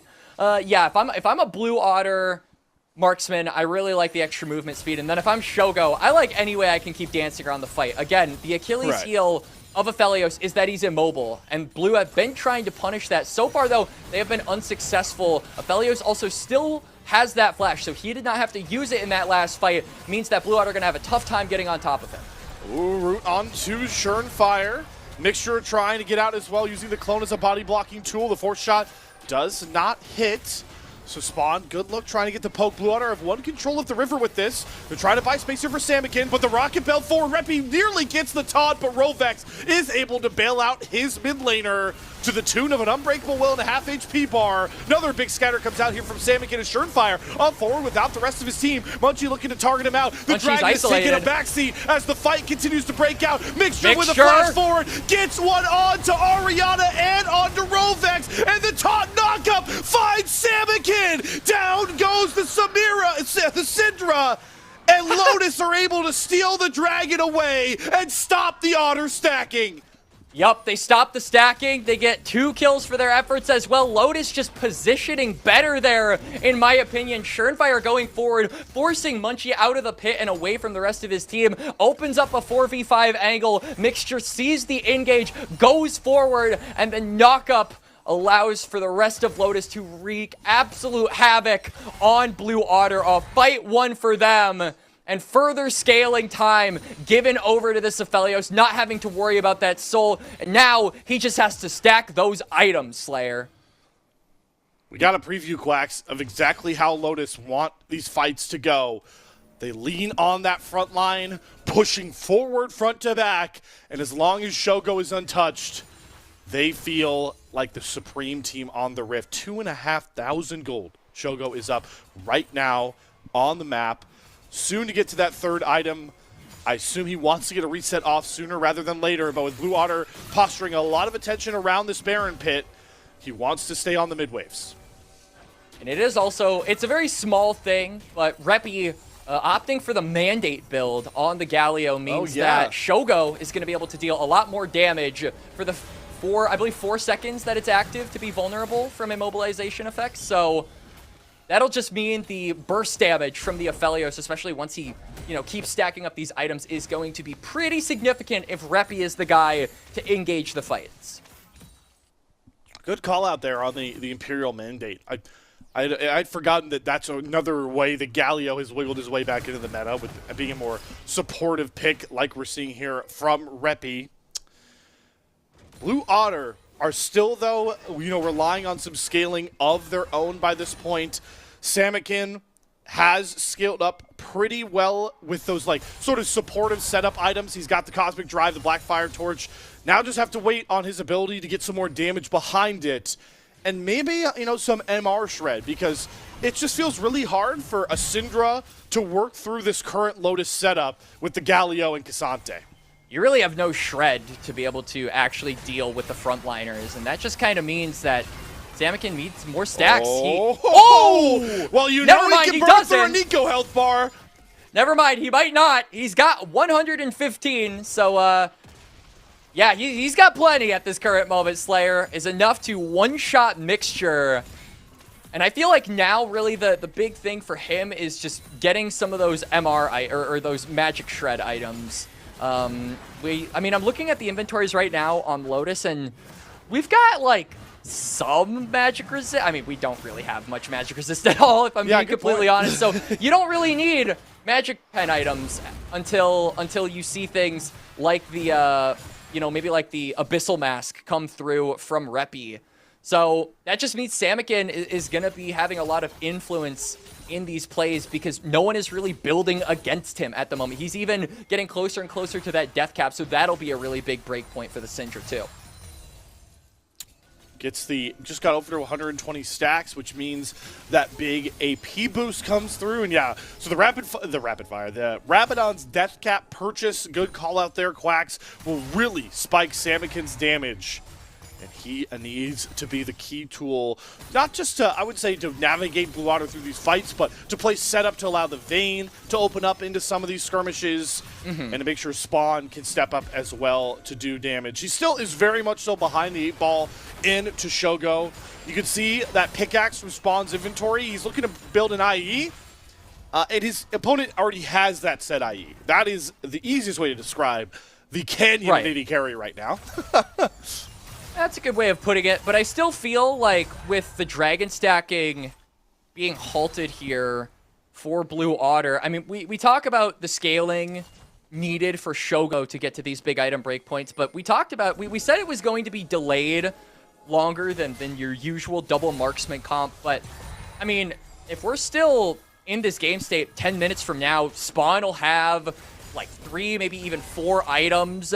Ariana will probably have 4 items. That is really scary. Any double marksman, no matter what champions you're playing, 2 marksmen with 4 items is a tough thing to deal with. And I feel like it is just going to make the front line that we've been highlighting from Lotus's comp more obsolete because those shred items will start to come through, and it'll just make Shogo's job even harder on top of that. So that is something to look out for, and I feel like Blue Otter, even though they're probably not going to be getting this incoming Drake as they have no vision of this side of the map whatsoever, they are still in a position to scale up those marksmen. Yeah, I don't know how I feel about just giving this dragon away. It basically, to me, signs and seals no soul being a big part of this game. The earliest we would get it for either team now is 36 minutes. I guess we could have a soul fight with how slow this game has been, but Blue Otter don't get a lot off of that. They tried to overload for a tier 2 top turret, but Reppy clears out the wave, and now they're on their reset timer. So Lotus is able to walk right back into this river, which was dominated by red wards, and clear all of them out. Feels like right now, Quacks, Lotus are just making the smarter moves and the better timed moves. They are making smart plays. I think Blue Otter, though, you could see that Oriana's on the side lane. He's looking to try and just farm himself up a storm. Reppy is doing the same, but I don't know about you. I think Vayne itemization does more damage than Galio's. Well, hey, I mean, look at this Galio's build. Are we sure about that? We're going third item Zhonya's now. Well, so yeah. Reppy's packing a punch. Oh, boy. Oh, Cast he might the be curse, getting Reppy. Here we go. punched. Yeah, he's getting smacked around. TP coming from behind. Samikin for it. sees it. And Blue are going to immediately disengage because Mixture's up here. The turn coming out from Lotus. Geiger does get stunned up by Samikin. Does get the grab onto Munchie. Dashes to create a bit of space here. Munchie trying to kite back towards the rest of his team. Geiger already went all out. Curtain Call coming down. Trying to stack the slows to see if they can catch Geiger out on his own. 4 shots going to chunk him decently low. Oh, that's about to run Munchie's out. World Ender is over. Justice Punch forward here from Reppy. And Lotus brings the trap with the scatter Oh! from Samikin. Silences Lotus and sends Rovex further forward. Shogo wasn't a part of the play, and now he's condemned into the wall. Mixture flashing forward for a Pop Blossom, but where's the damage? The Moonlight Vigil finally crashes down, and Shogo arrives to the fight in absolute style. Munchie limping away to try and not fall, as Shogo brings Lotus back into the forefront, saves them from disaster. At Blue Otter, it looked like the re-engage was going to be enough for them to definitively win out on that fight, but Shogo is untouched through all of it. He lays down the damage. The Aphelios is online here, Slayer, and Lotus. All of their efforts to make this guy comfortable seem to be paying off. Nearly 100% crit, and there he gets it with the Hex Optics. Our Philips Norelco one-blade precision play as we go back through this fight. There was a couple precision plays from both of our sides in this one. Oh, yeah. And I want to see how Lotus exactly re-engaged this fight, because Munchie went in for the re-engage.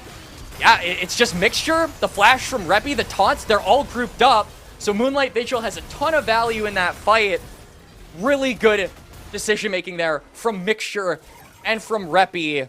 Specifically for Mixture, again, this is a guy who was on Dorado last year, wants to get back into the NACL, has his former AD carry who was on Lotus with him in Sushi, achieving great things in Tier 2, and I imagine wants to get to the same level as him. And Lotus as an organization has had so many chances to try and get to Tier 2.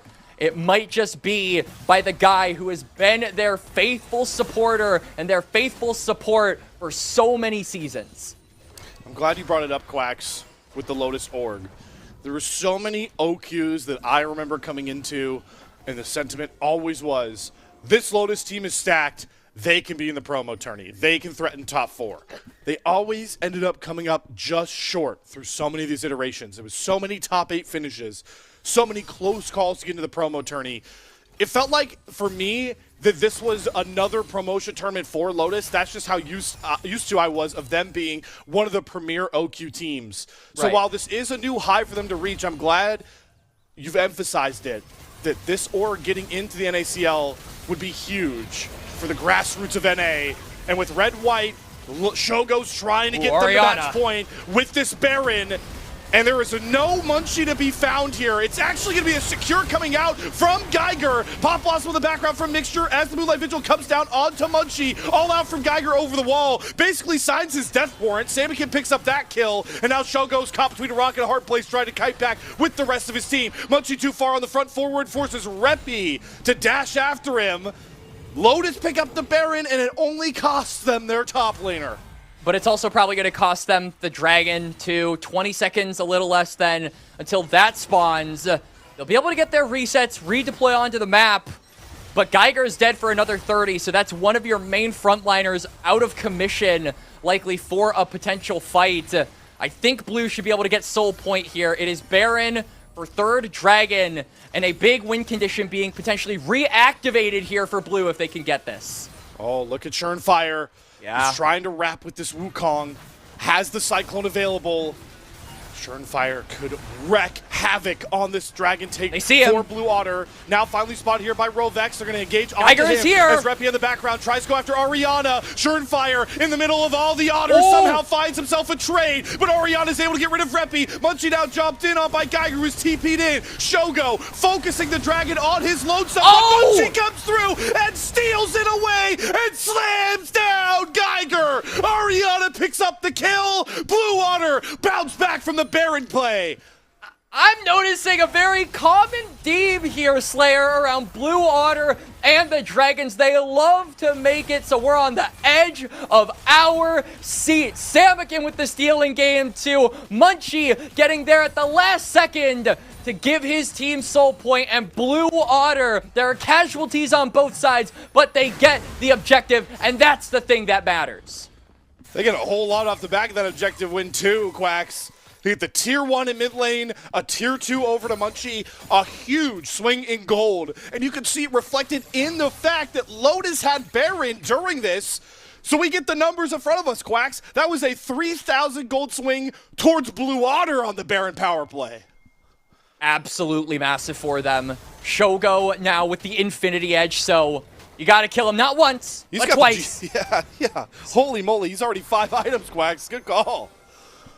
But at the same time, I mean, the marksman champions on blue are encroaching on around 4 items themselves. You can see that Oriana has his 3rd item completed. Spawn working on his 4th. What's better than 1 marksman, Slayer? It's 2 marksmen. And one of them can build 6 items. 11 items worth of marksman power. On one side, yes. Spawn, I believe that'll be a rapid-fire cannon. What makes this really important is that Spawn will be 100% crit by the time he gets that item completed. Shogo's already at that mark. Passed it with flying colors, but we now are going to enter a late game where both of our marksman players are super strong. As Fire, he gets caught by he's an just Unleashed dead! Power He's just Anakin. dead! One scatter of the week, and he's just gone like that. No jungler available for Lotus. We are 33 minutes into the game. The death timers are getting close to a minute. 45 seconds with no Wukong. Blue Otter gonna take that tier 2 on the top side and run with it. The damage from Samakin. We're highlighting the marksman. We're saying how much consistent DPS they're gonna be able to put out in the fights. But there is only one guy who is able to get burst down for the side of Blue Otter, and that is the mid lane faithful of this organization, the guy that helped them qualify into the NACL all those years ago, and he is dominating here on the Syndra. Death cap done a while ago. The Shadow Flame probably would help get the execute threshold low enough for that unleashed power. And we're starting to see the pitfalls on indexing into a less tanky 622 version of this Lotus composition. 622 AP. Ooh. 4 item Syndra is quite something here. Ouchie. After taking a scat of the week, that's what the Lotus members will be saying. Dragon up in a little less than 2 minutes, and this would be soul for Blue Otter, so I think a lot of the attention we're going to see from Lotus is on the top side. Reppy had to go into the Zanyas. Ariana able to win that 1v1. Almost at 4 items is this Vayne, and Reppy definitely is a not fun side lane matchup into him. Geiger a bit better off, but we're a lot more focused around Baron in a minute, and that Cloud Soul in a minute 20, but side lanes are kind of a nightmare right now for Lotus unless they get cheeky. Yup.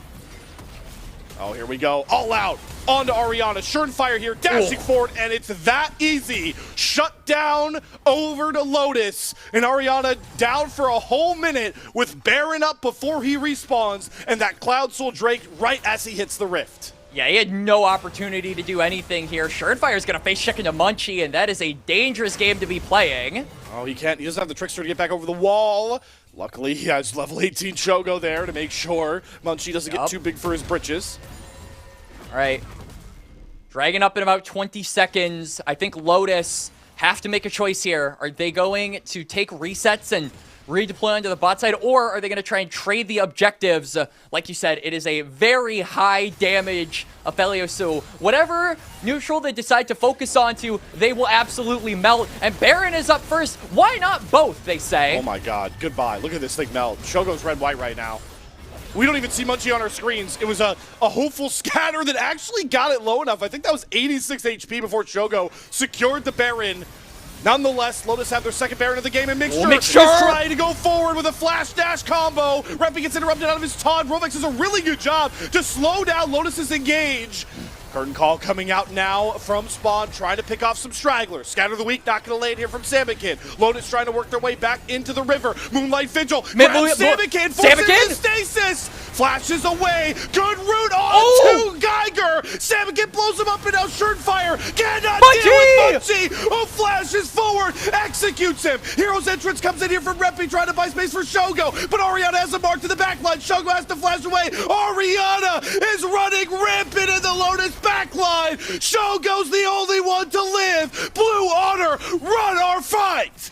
And Blue Otter with the double marksman comp, come up clutch. Orianna finds the flank. Spawn dodges out, flashes away from Lotus's initial engage, and they say, damn your dragon, damn the soul. We're looking to take this to series point. Blue Otter said to hell with dealing with Giga Shogo. We're gonna kill all of his friends off and make him go 1 versus 4 to save the game. First Nexus turret down. Shogo can't step up. Rovex flashes on his head, and Shogo will go into the GA, but his Nexus can't. Blue Otter are on series points. Blue Otter, that game was on a knife's edge. We see the gold lead that Blue Otter had for, I want to say, around the last 10 minutes of the game. But that didn't feel like it had any bearing on who could win. Lotus find one more fight, and that gold lead is completely irrelevant. It came down to the last 5v5, and Blue Otter, with the superior team fighting, managed to get it done, Slayer. Man, I can't wait. If we'll probably find a way to look back at that fight. I don't know if Phillips Norelco, One Blade, can help us out just yet, but that one fight, Quacks, had so many micro decisions that made such a big impact. Because that was Shogo that gets. Shogo's able to find the catch onto Salmon-Kin. He's caught in the Zhonya's too far forward, but it was that flash timing. It was that route from Spawn to grab Geiger. Such small individual outplays that mounted up into that fight win. They did. That was a really fun 5v5 to witness, but everything leading up to that point was entertaining as well. And we said game 1 would be a banger, game 2 one-upped that. Do we think game 3 one-upped game number 2? I think it did, Slayer. It's only getting crazier. The margins for error are only getting thinner, and I love to see that in a best of 5. It's exactly what you want out of such a do-or-die best of 5 in our promotion tournament. Blue Otter are 1 game away from playing a series against Deathmark Esports that would get them back into the NACL lower bracket style, but Lotus are far from done. Backs against the wall for the many OQ-timed Lotus org to see if they can keep our series alive. Game 4, Blue Otter Lotus, coming your way after another short break. The NACL is presented by Phillips Norelco One Blade.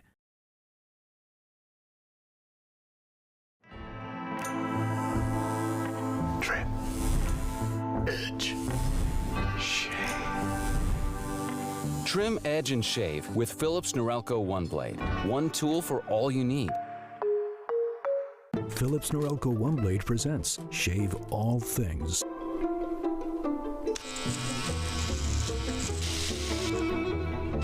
Your style made simple with Phillips Norelco One Blade 360.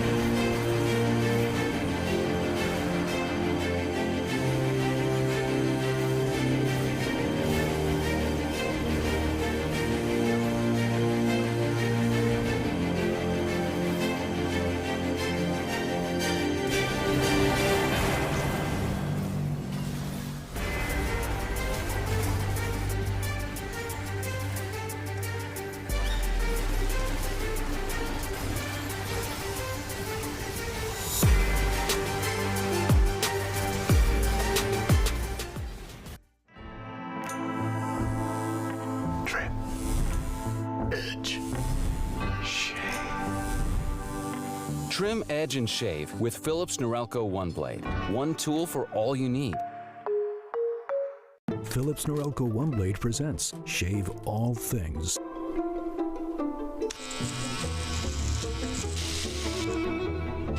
Your style made simple with Philips Norelco One Blade 360.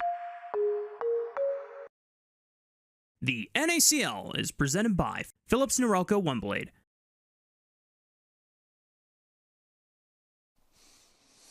Welcome back once again, everyone, to the NACL live stream of the promotion tournament. We are still seeking to find our final team that will go up to the NACL for the all-important summer split here. Down to 3 options, but one of them's looking a lot more bleak here, Quacks, as we get a look back at a Game 3 win here for Blue Water that puts them on the brink of one final best of 5.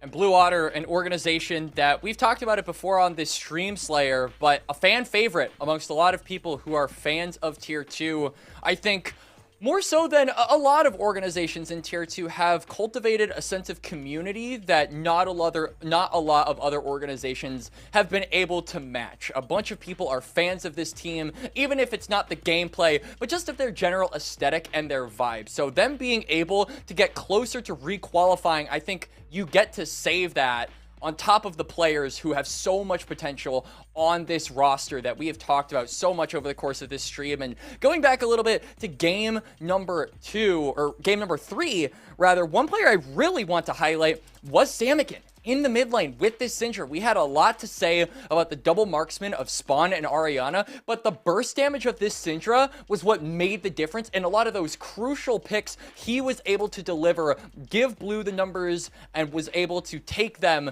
to this game where they are now 2-1 up and looking to take this series to a 3-1 and a rematch against DME.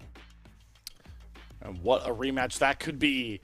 But, Quack, something you said to me while we were still in the break, really resonating strong here.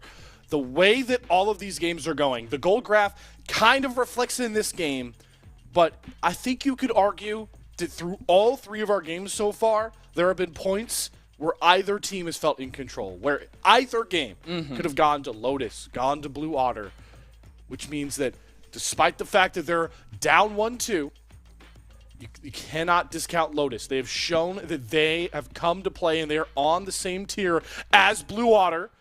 As we jump headfirst into another draft tier, and the first thing I noticed is we have let through a first selection Orianna in a game 4.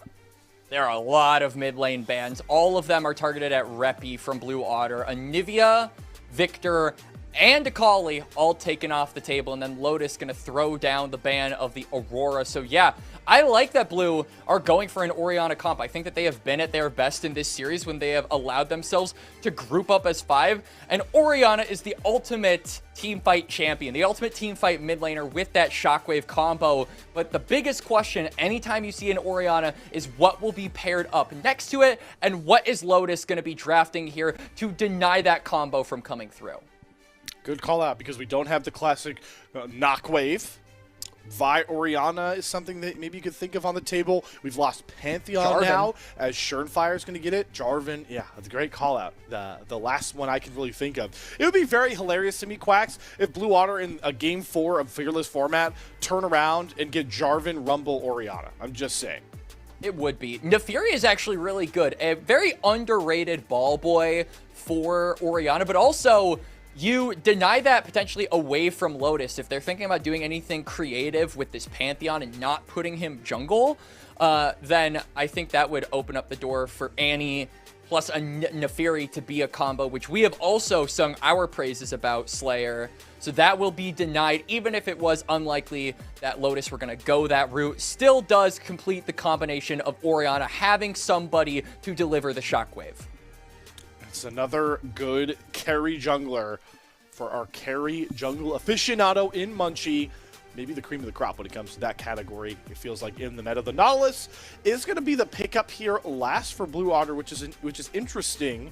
What does that signal to you, Quacks, that they want to do with this bottom lane to pick a Nautilus before the second rotation of bans? I do wonder that myself. Usually the pairings for Nautilus are like the Ziggs and the Mel. And both of those are Fearless away. Misfortune is one as well.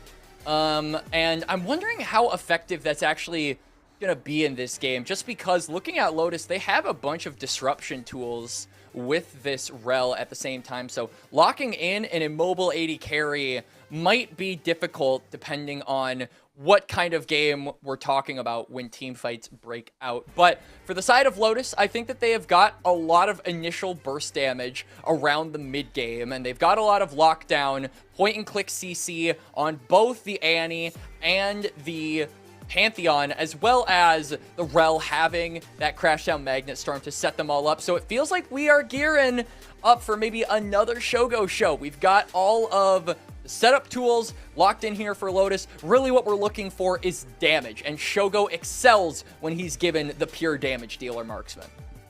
And nobody knows that more than Tion Rain sneezes right now. First ban from the Otters is the Jinx. They are trying to cover for hyperscalers that Shogo could get a hold of. Lotus, on the other hand, going after Ariana's champ pool. A very proficient Gnar player and a very good laner, so the Yorick is a nice touch there. Does also signal to me that Lotus are trying to play for the side lanes a bit more, which I like with whatever they want to do with Geiger, because they have the Pantheon, they have the global map pressure in their composition already.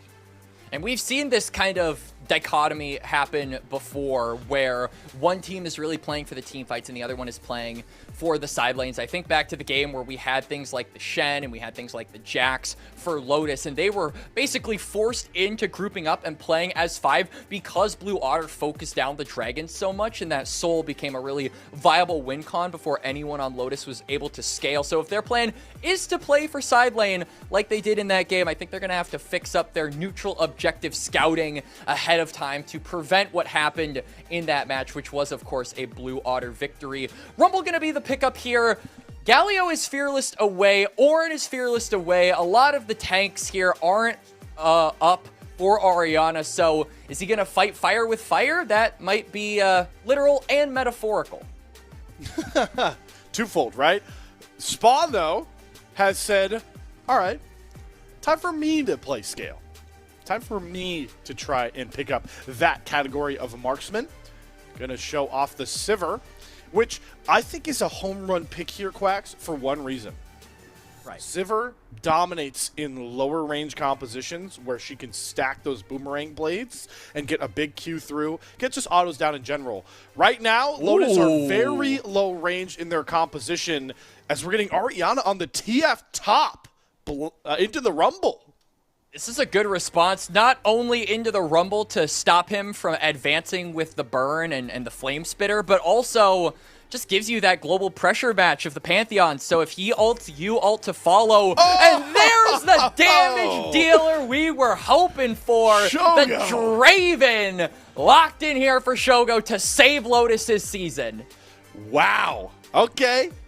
This fits the bill of Shogo to a T, for sure. Yes, definitely it does. An interesting spot to go for the Draven. This just screams to me that Shogo wants to try and play slam the lane, and it's definitely an advantageous matchup to try and do that in. I will caution that level 1, Sivir can be a bit tricky, but nonetheless, Mixture's going in, and Shogo is looking to win this 2v2 hard.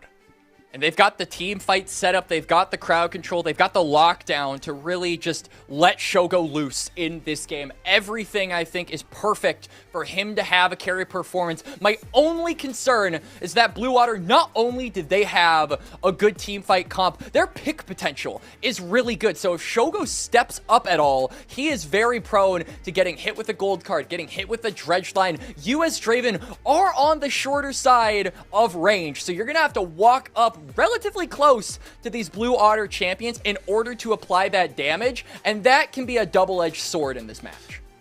Without a doubt, you have to play on that classic line, right? The clothesline, tiptoe around it with a Draven play. Also a champion that can be very slowed down, impactful with those adoration stacks, even if he doesn't lose as many of them as he used to, just half of them. We look to be on to the Rift here, cinematic style, thanks to our awesome observing team. And I don't see any level 1 pause shenanigans. Yep. I see Reppy roaming bot to try and make sure that Shogo and Mixture have the position they need ready for the first wave of the game. If that doesn't tell you that Lotus are playing for Shogo, I don't know what will. And you know Shogo is serious when he's wearing the L9 Draven skin too. Gladiator Draven. Good call, Quags.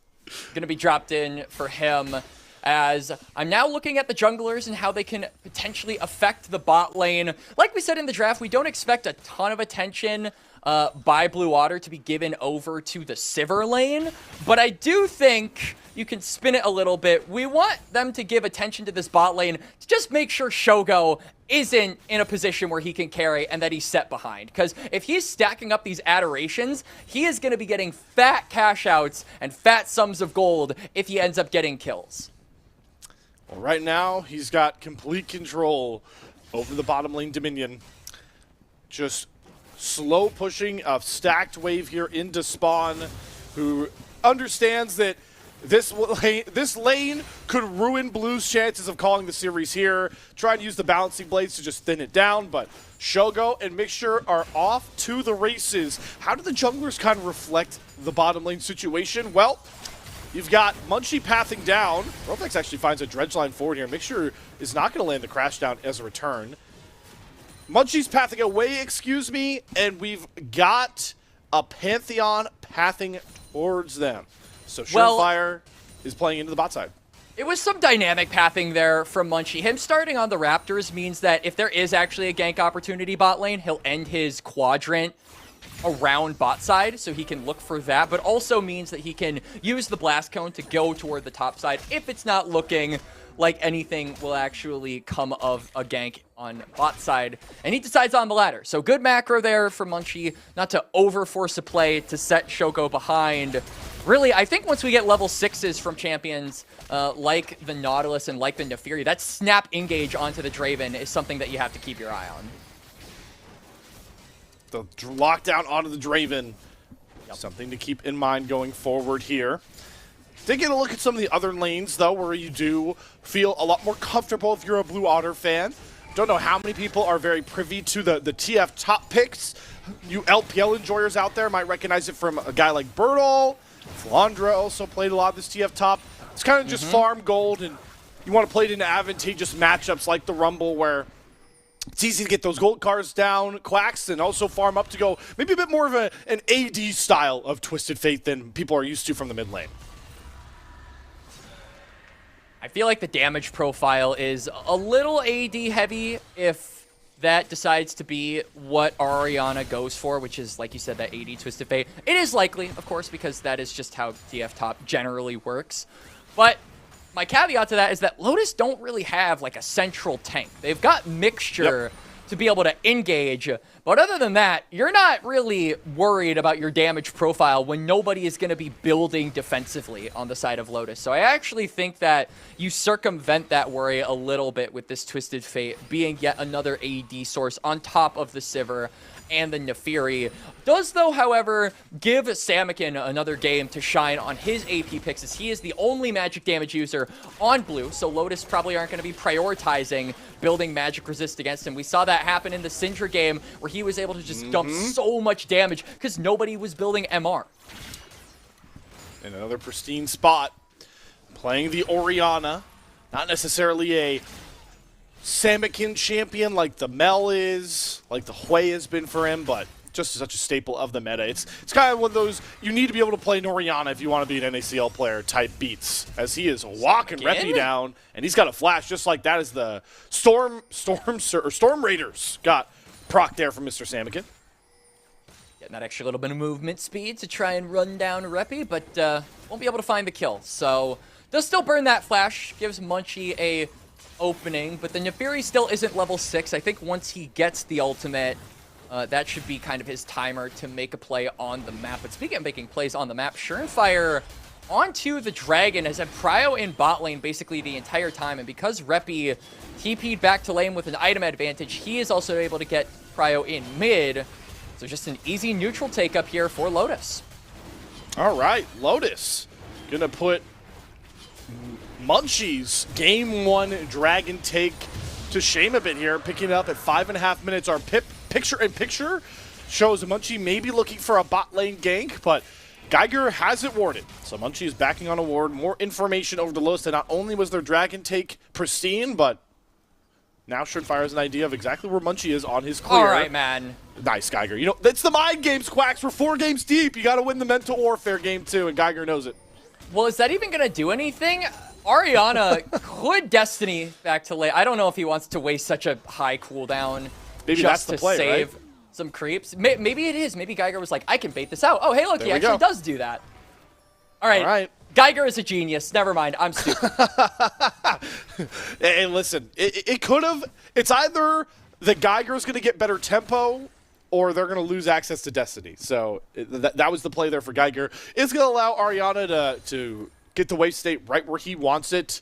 Is also important to remember with TF in the game, guys. TF's always going to get a kind of ludicrous gold lead, despite the score, right? With the luck passive. So not a surprise that Ariana is up 10 CS and already up 300 gold thanks to that part of TF's kit. Well, you can extend that same courtesy over to Draven, right? We mentioned it, but Adoration, the yeah. cash outs, the adoration, Shogo is stacking that one up. HUD does not actually show his stacks of adoration, Oh, yeah, it does. unfortunately. Same It does, spot you're as right. the set of stacks, yeah. 172. So if he gets a kill here, that's a lot of gold. Oh! There's a kill for you, Quacks! Where did Reppy go? He went to the gray screen, unfortunately. No flash on the Annie. Ultimate unlocked for Munchie. We said we wanted to see playmaking from the Nefiri the moment he dinged level 6. And I'm pleased to say we were not disappointed. Doesn't even look like either Samikin or Munchie had to flash to make that play happen as well. Wonder if we'll get a replay on it. I'm going to assume Mr. Samikin landed a pretty good shockwave as my take on that one. Nonetheless, what a statement for Blue Water. After going down to that lower bracket in pretty ugly fashion, I would say as well. Deathmark definitely took care of them. They are bouncing back here. All right, so it's the Hound's Pursuit. Yep, and a nice... you talked about it, Quacks. The low-key, good ball delivery system that is the Nefiri got that shockwave off. He didn't just throw it out and all. He used Command Protect onto Munchie to close that distance. So, now speaking of closing the distance, Munchie trying to steal away a grub will do so. No, he actually didn't get it. Surenfire got it. Yep, Surenfire got it and bounces Munchie away from the pit like a hurt dog. But Munchie wants to come back to see if he can steal him with a darkened dagger. Will not be able to. So Surenfire has gotten first dragon in all 3 of the first scrubs. Quack, safe to say a lot of teams win games when that happens. Yeah, that is a pretty, fair assumption. Certainly doesn't lower statistically your chances of that. Oh, this doesn't lower it either. Down goes Ariana. First big use of that Grand Starfall results in a kill. Both of our junglers getting active on the map now. All right, there's the global pressure from Surenfire we were hoping to see when he hit level 6, and now Munchie's mid yet again. Again is done for. It's Samikin that picks up the kill, but it's Munchie that's setting up the tent. All right, Samikin, the lone magic damage threat. Nobody is going to be building against him for a pretty long time. And honestly, even if they do, that just opens up the door for Spawn and Munchie to go crazy. Mixture wants to go crazy in this fight, but it's a 3v2. Destiny pop, here comes Ariana. They're going after Here comes Surenfire. Shogo. Shogo gets done with a gold card He's after he takes out flanked. the Whirling Death. Trying to flash back to the other side of the fight with his team. He gets the adoration stacks as he picks up the first kill, but it's going to come at quite a bounty. Blue Water spring 2 kills and win themselves another skirmish. All right, I would say that fight is probably even, as Rovex is not going to be able, they're not going to be able to get the kill here, even if he does land the dredge line.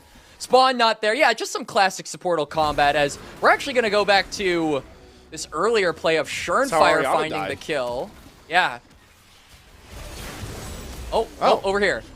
Oh, over here. All right. There's a dead Ariana. Rest in peace, Ariana. And then Munchie picking up the kill here. Samikin having to commit the flash.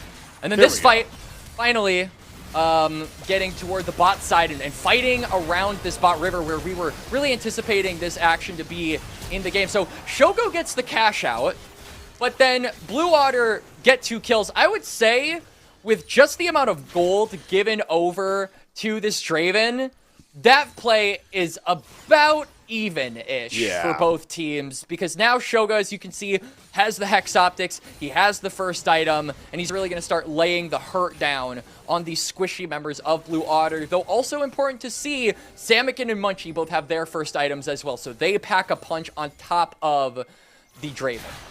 And back to the point you made about this Lotus comp not really having a tank, and maybe partly because Samikin is 3-0 out the gate. Sammy has rushed to Ludens. He is playing fully for the burst potential of this Orianna. Love to see it. He's up about 1.4k gold. The pressure they have in mid lane allows for Munchie now to go after the second Drake of the game. Surefire is on the other side of the map. This one will be guaranteed over to Blue Otter to even out the Drake stacking.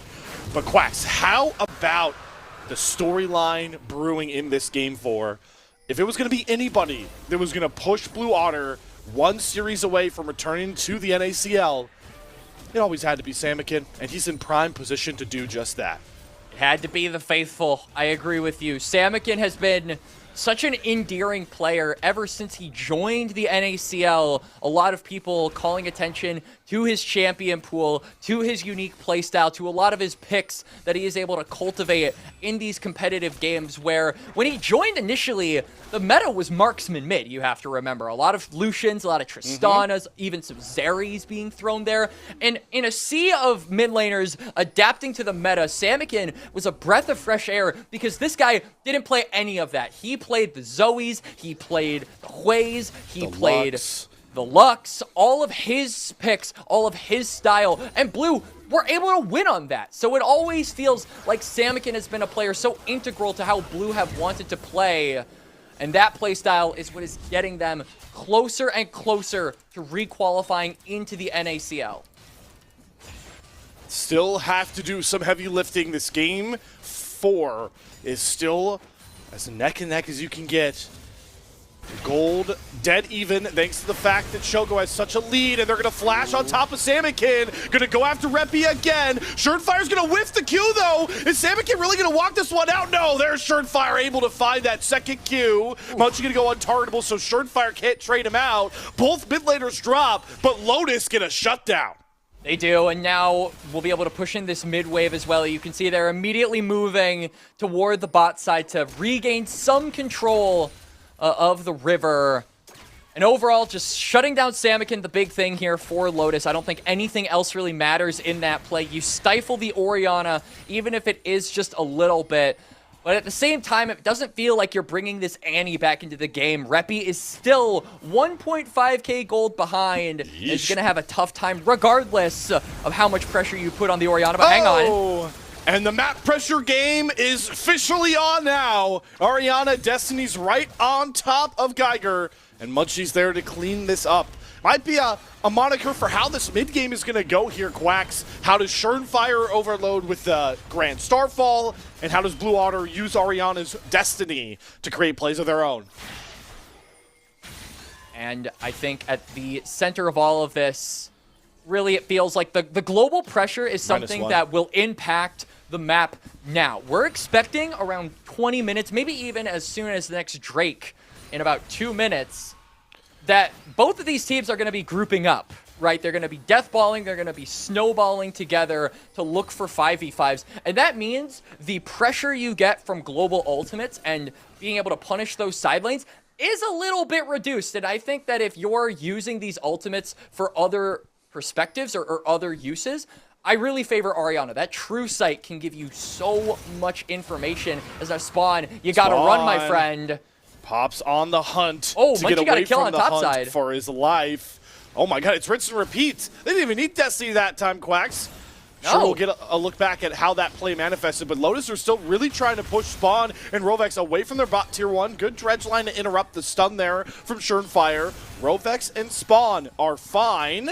They're going to try and walk back up to their bot tier 1, but that's because they have the reinforcements coming. It's Samikin over the wall as Rovex goes in first. Munchie here as well. Surefire, you have been sent packing. No way to save you. And they're going to donate the kill over to the hungry Munchie, who goes on a rampage. Fourth one there for Munchie, absolutely popping off on this Neferi. And we talk about the style of Samikin, but the style of Munchie needs to command just as much respect. The carry junglers and Blue's willingness to give him his comfort, even when they're in the lower bracket, and even when they're just a couple games from elimination, they trust this guy. Shogo. And now Shogo's walking forward. Oh! No, wait! All right, we're back live. Shogo's fine. Looks, he's able to shrug that off with no summoners burned. Okay. Well, right. hey, you know what? I We didn't miss think- anything, guys. We can go for the replay, I think. I think we're good. This is like when you turn around. This is like when your younger sibling is like creeping up to you and like slowly stepping, and you look and they like stop, and then you have to look away to do something else, but then they're getting closer and closer to you. If we look away, I feel like there's a solid chance Lotus and Blue Water start to fight as, okay, we get this topside fight.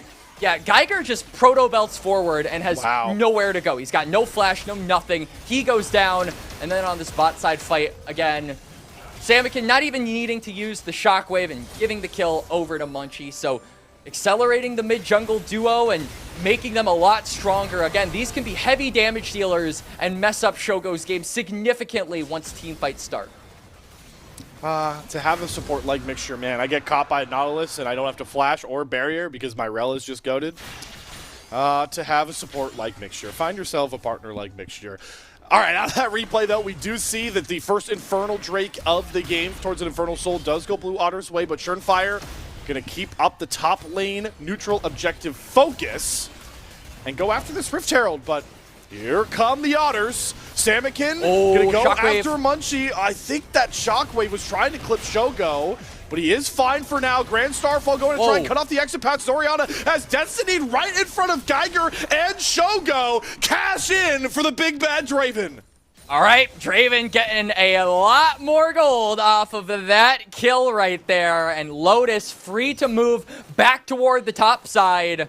They should be able to pick up this Herald, no problem. And like you said, it's a bit of a mistake in positioning there from Ariana. Doesn't have to use the flash, just kind of accepts his fate. So at the very least, the top laner for Blue has that going for him, but this Herald now going to be a lot better at being able to maybe make space or create an opening for Schernfire to continue looking for those cross-map plays with that global pressure of the Grand Starfall. If you take down a turret, you push up the waves further, and the room that you have to be able to define something as an overpush increases. So it just punishes further overstays rather from Blue Otter. Good way to punish indeed there, Quacks. Nothing really to play for on the map currently. Baron, not really going to be started by either of these teams, even if once it spawns at 20 minutes, which is a minute and a half. And we're still about 3 minutes out from this next Infernal Drake. So this is really going to put a lot of pressure on play creation in the sides as Reppy is going to whiff on the tippers. Nice reaction there from Munchie to go untargetable. But side laning is taking center stage now. Moving from the side to the center there, Quacks. Ariana on the top side gets rid of the top tier 1 turret. And we got to see when Schernfire will use that next Grand Starfall when it respawns to try and get Lotus some more gold back. I think the lighting in Reppy's room IRL probably reflects the current state of his gameplay. It is very dark for him at the current moment. 0-3-1, completely whiffs on the Tibbers proc 2. I feel like he's going to struggle in these team fights because usually with Annie, sure, you've got the point-and-click stun, but your secondary use is burst damage, right? You've got the Malignance, you've got the Proto Belt. Your job is to one-shot the backline. It's now Rovex. You've got to be careful not to get one-shot. Okay. Just walk away. It's telling tale that Lotus don't feel confident going after a support 1v3, but hey, you know what? Spawn and Munchie can appear out of thin air with the speed that they have. Buying a lot of time here, and I think the biggest winner here is the one on your screen, Spawn. This is what Sivers do best in the mid lane. Auto-delete waves, continuously give Blue Otter pressure. It's hard to overstate how impactful getting that mid-tier 1 down first is. Just to make how much longer of a lane Shogo has to play through, how much more fog of war he has to respect from a potential gank path. It's giving Blue Otter a lot of ability to lean towards this dragon side, but Lotus are trying to break down the front door. Surenfire and Geiger leading the charge forward. They have Rovex slowed up, and he will have to commit the flash. All right, Rovex getting out there. Grand Starfall? Grand Starfall. Where, though? Where are we going? We're going bot side after Samikin, who kind of just walks it out. He's also got Blue Otter, the rest of his squad nearby. Munchie looking to push forward here. There's the Hound's Pursuit right on top of Surenfire into the Shockwave. Munchie goes unstoppable, and he re-engages right on Reppy's head. The dogs are eating good. He's got the Molten Shield to keep him safe as well. It does not matter where the Lotus mid-jungle run. Munchie will hunt them down. Now Shogo's isolated. He got stunned up, he got exhausted. The Whirling Death does not hit on the recast. Shogo tries to flash, but Ariana's flash is better. Spawn able to grab the kill, and the flash forward from Geiger doesn't even find that trade. Lotus are starting to wilt, and the Otters do not stop the hunt. Spawn goes on a killing spree. 3 kills for nothing over to Blue Water. Blue Otter are decimating the map, come Lake, and we just coasted 20 minutes, and they are running over Lotus. Multiple kills onto them. The gold lead swings to over 5,000, and Dragon spawning in 15 seconds. This would be soul point for Blue Otter. The game feels like it's falling apart here for Lotus Slayer. Shogo, who had such a big gold lead over Spawn, now reduced to a measly 500 for Draven. And the biggest win of them all might just be this. Infernal Soul Point comes with ease for Blue Otter to give them an even bigger damage boost. And the gold leads in mid-jungle are just enormous. Yeah. We've talked a lot about Blue Otter in this promotion tournament, how they should be the favorites. It is easy to forget that this is a roster with a rookie jungler from Spring Split, a lot of new parts to a storied organization. There was a lot of hype around Munchie playing with Samikin, and while it didn't come in the NACL split here, Quacks, it's cool to see the two of them showing up in multiple points so far through this lower bracket run, none bigger than this Game 4. And a lot of people want to see the ceiling that this mid-jungle duo can hit. A lot of people want to see the ceiling that this Blue Otter iteration can hit. I think a bunch of people came in with the mindset around this squad that this was a development project on top of a competitive roster. You had rookies in Munchie. You had players with minimal North American comp experience in Ariana, who had only at that time played 1 split on Dorado. It was going to take some time for this team to gel, was going to take some time for this team to mesh, and I think the big reason why so many people want them back in the NACL is because they want to see that ceiling be reached. As Shogo driver's license is revoked from Shogo. Is going for a joyride. All right, well, that definitely rubs salt in the wound. Good old Shelly doesn't even get used to break that mid lane tier 1 turret, which is very healthy by this point, even with Crystalline Overgrowth. It's going to take a while to get through that. And it's also got an objective bounty on it. Lotus are on their last routes at this point here in this game. It's going to take a very big engage to put Shogo in a pristine spot to try and carry these fights home. Because to put it simply, Quacks, the solo lanes just don't got enough firepower right now for Lotus to go toe-to-toe with Blue Otter. I appreciate the Lotus joke. You're punny. But I mean, we got to start getting some Blue Otter puns in this, because they're the ones with a 5.5k gold lead. They're the ones on Soul Point. They're the ones where if a couple more things go right, they are officially 1 best of 5 away from re-qualifying into the NACL. So we're going to workshop that. We're going to marinate on that if Blue Otter do end up taking this game and subsequently this series. But right now, Blue Otter are marinating around this top side, setting up for vision, and empowered Scuttle Crab spawns right on cue. And any kind of vision that Lotus, any kind of information that they had gathered around this side of the map going to be X'd out. But then, just like that, they redeploy vision right as the crab is taken. So did it really matter? Does it really matter?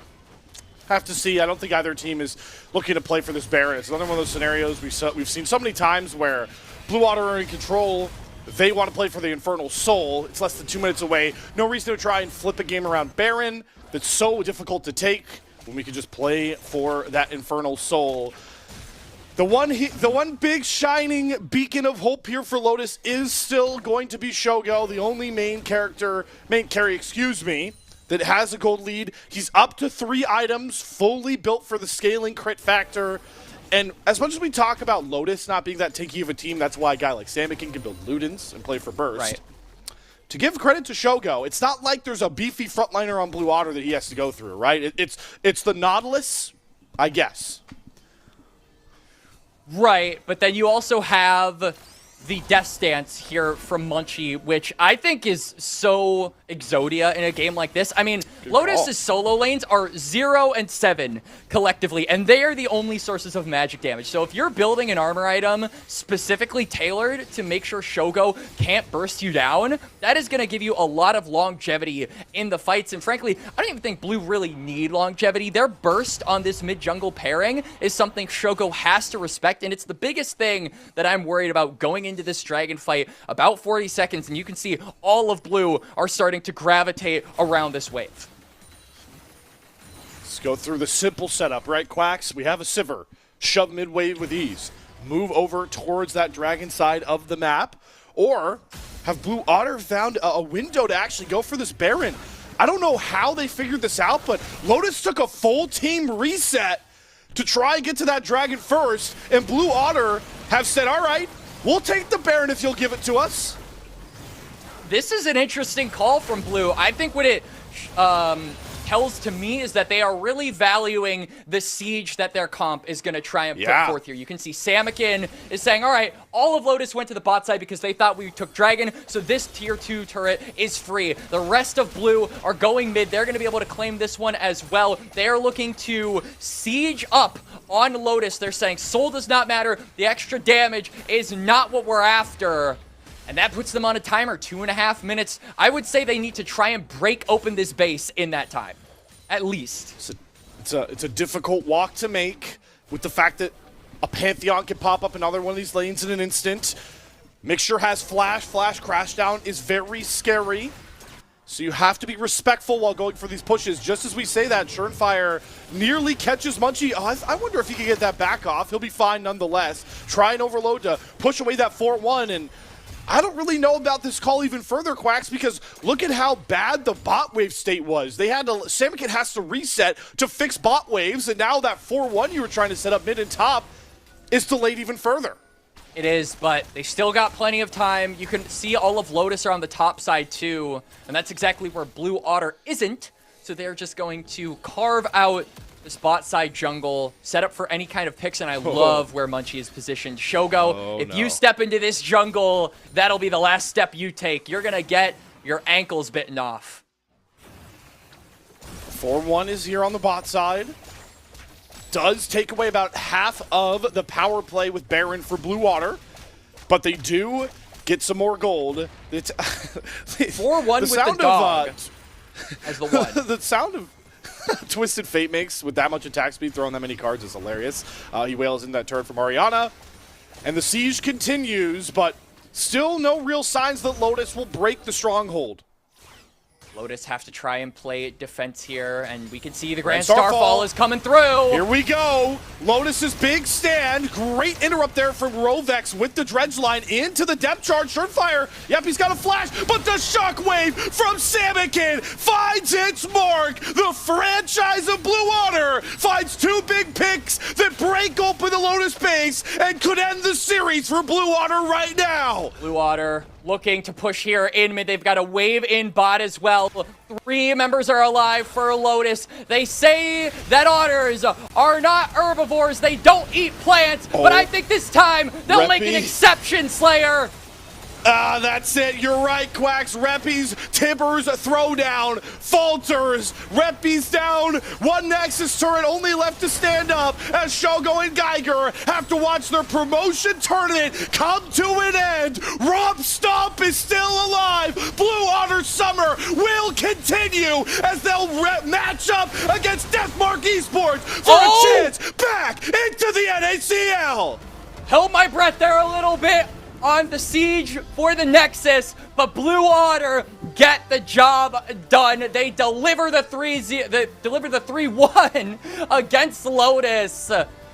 And in convincing fashion at that, Slayer. We were talking about the level we wanted to see from Blue. We have talked about the ceiling that their comp can hit if they can continue to work together as Blue Otter. And I'm very happy to say that they will have at least one more best of 5 to prove that before NACL summer. It's their rematch against Deathmark Esports tomorrow.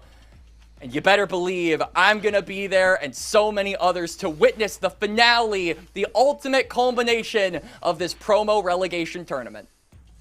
Quacks, I'm surprised you didn't you didn't go for this yourself. You also broke the curse, buddy. I did. You're right. First prediction win of the tournament. How many series did it take? Romp Stomp cannot be stopped. It's 7th series? Your 7th series. Yeah, something like that. I was 0 8th. for I think I was 0 for 7, and this is the 8th, and it's the only one I've gotten right. So, hey man, listen, win's a win. Congratulations to you as well, Quacks. Thank you so much. But congratulations to Blue Otter for making it one step further in the promotion relegation tournament. Now they've just got one more best of 5 to show off and show up against Deathmark. And Deathmark, I think, have been a team that their biggest commodity, and I think the best part about them, is how they play as a team. Yesterday, when I was interviewing their coach, they said they have the power of friendship on their side, and I think the Romp Stomp is a pretty good match up against the power of friendship. The 5v5s are going to be bloody, they're going to be battering, they're going to be bruising, and only one team going to be able to walk out of that one. So looking forward to witnessing that. But unfortunately, Slayer, with every single team that manages to progress in a lower bracket, one team must unfortunately fall and say goodbye to their chances at Tier 2. Yeah, and as we go through the post-game stats here, I think our assessment of how these two teams could match up really came true in the sense that Blue Otter's top side dominated this game. And you can see it in the damage charts really reflected here. We were worried about Reppy's laning, Geiger up against some of these, more pristine Tier 2 battle-tested players like Ariana. The damage numbers aren't great for him, but he was really impactful in Twisted Fate. And then how about Munchie, man, showing that he may have been a rookie in the NACL, but he is still a jungler that does not deserve to be in the promotion tournament with his caliber. Really impressive play from this Blue Otter top side. And they were able to overcome Shogo trying as hard as he could, man, to win this series. Game 3 and Game 4, it really felt like, to me, I know I'm the AD carry player, so this is going to sound a little bit AD carry biased, but I didn't see a lot of mistakes from him. It felt like it was too hard for him to make some of these fights work. It was, and we talked about the shortness and immobility, the shortness of range and the immobility of the Draven being an issue against a comp that is so good at being able to just pick you out and single you specifically. And I think that Lotus needed another threat in order to actually make this a viable game win. They couldn't just be relying on Shogo to deliver the damage, to deliver the carry performances. It really felt like the solo laners here had to do something to turn this match around. Even Schernfire, if he was able to snowball as the Pantheon, would have created a secondary threat that I think could have given Blue Otter a tougher time. But at the end of the day, none of them really got on the board, and it was all on to the Draven, and single target damage was the specialty of this comp. You had the Nephiri, you had the Nautilus. It was so easy to pick off the Draven once Munchie started to get going. It really was, Quacks, and you put it aptly so. It's unfortunate we have to say goodbye to a team back down, back to Tier 3 to try again once more if they'd like to. But what I do want to say quickly before we get to the MVP is just like Lotus as an org, Marquez, like Linzu, Crankshank, to bring this org as far as it's ever come in the many, many splits trying to make this promotion tournament, that's a big win again, and we hope to see them build off of that for 2027. But let's, of course, award our most valuable player, our player of the series. And Quacks, this one just feels poetic. It just had to be Mr. Franchise, Samikin, our MVP of the series. especially those last 2 games, was so clutch in those late game fights, in the Syndra game and on the Orianna. Had to be our MVP. It just had to be Samikin to get Blue Otter one step closer to making the NACL, returning to the NACL once more. So big shout out to Mr. Samikin. And if I am not mistaken, Yup. Mr. Quacks, we do have the man himself, Samikin here, tanked up and all. He's ready for the Blue Otter Summer. Quacks, talk to my main man. Let's hear from the MVP. Welcome, Samikin, to the post-series interview after your 3-1 against Lotus. Congratulations, my friend, after an amazing performance all around in that series. Kind of talk to me about the emotions that you're currently running through in your head. Obviously, this is not the final step to requalification for Blue Otter. You still got a second date, I should say, with Deathmark Esports tomorrow. But how are you feeling right now? We're great. Honestly, it was just, I don't mean to sound like super conceited, but we just knew that as long as we got in the first best of 3 win, we knew that we would be able to make the full comeback and at least push a lot of the other team to NACL promotion tournament. And honestly, we have a pretty high chance of winning because we got through that first best of 3. Yeah. Now, Samikin, a little bit of a question about you and just your overall relationship with Blue Otter and your journey with the team organization. You have been a mainstay on Blue Otter. You've seen a decent amount of iterations of Blue in your time since you guys promoted what feels like all those years ago, but it's actually quite recently. Yeah. So tell me, with this new roster in mind, with Munchie being added this year, with you guys bringing on Orianna from Dorado, where he played last year, what do you think is an extra trait or an X factor that this version of Blue Otter has over iterations of past? And is it something that you think will be a contributing factor in getting you back to the NACL? I think as with all Blue Otter rosters, we have a very unique style and champion pool, mainly because of me having to having my teammates having to accommodate me every split for my unique champion pool that is basically just slightly off meta. So with the addition of Munchie, who also has his very own very unique picks, very, I wouldn't say solo QS, but he has a lot of individual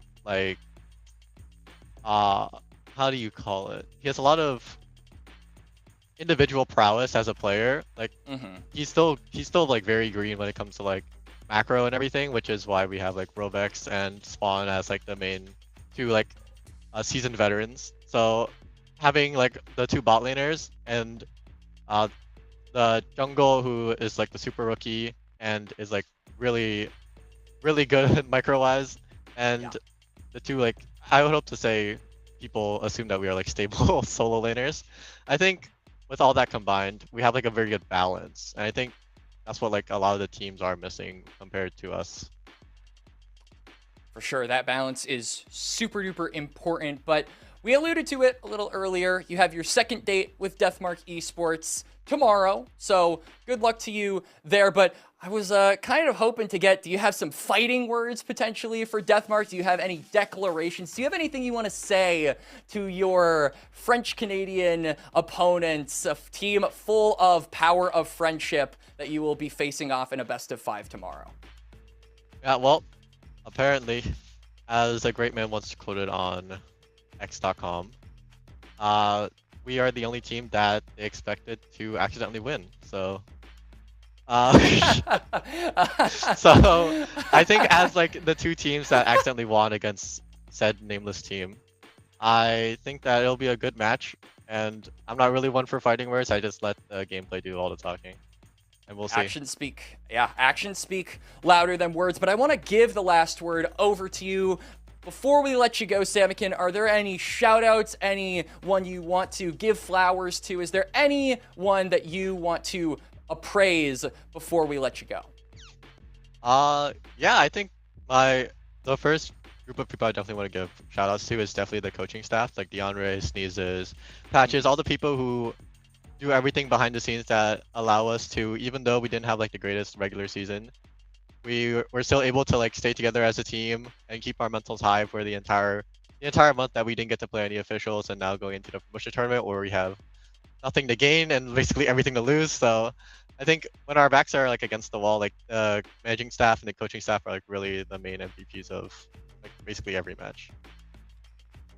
They kick it into overdrive, and you certainly kicked it into overdrive this series yourself, Samikin. Thank you so much for joining me for the post-series interview. We're going to let you get back with the rest of the team, recuperate for tomorrow, and celebrate for today. We'll bring back my main man, Slayer, when we get the chance, but thank you so much for joining me.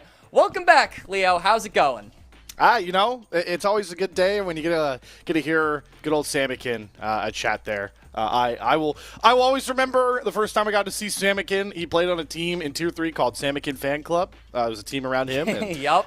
And that was the day that I joined the Samikin Fan Club. So awesome to see it perform well. Glad that he shouted out the coaching staff as well. I know just how much work, especially Sneezes, puts behind the scenes. Every time he says he's going to retire, that actually means he's locking in more to the team he's coaching for. So he has done so again as he continues to try and make his promotion tourney record a more positive one. And like you said, they are going to be one series away. It has been a rapid 4-day promotion tournament here, Quacks, but it's the bottom right section of this bracket that we now have to lock into a rematch between Blue Otter and Deathmark Esports. The winner into the NACL, the loser ends one spot short.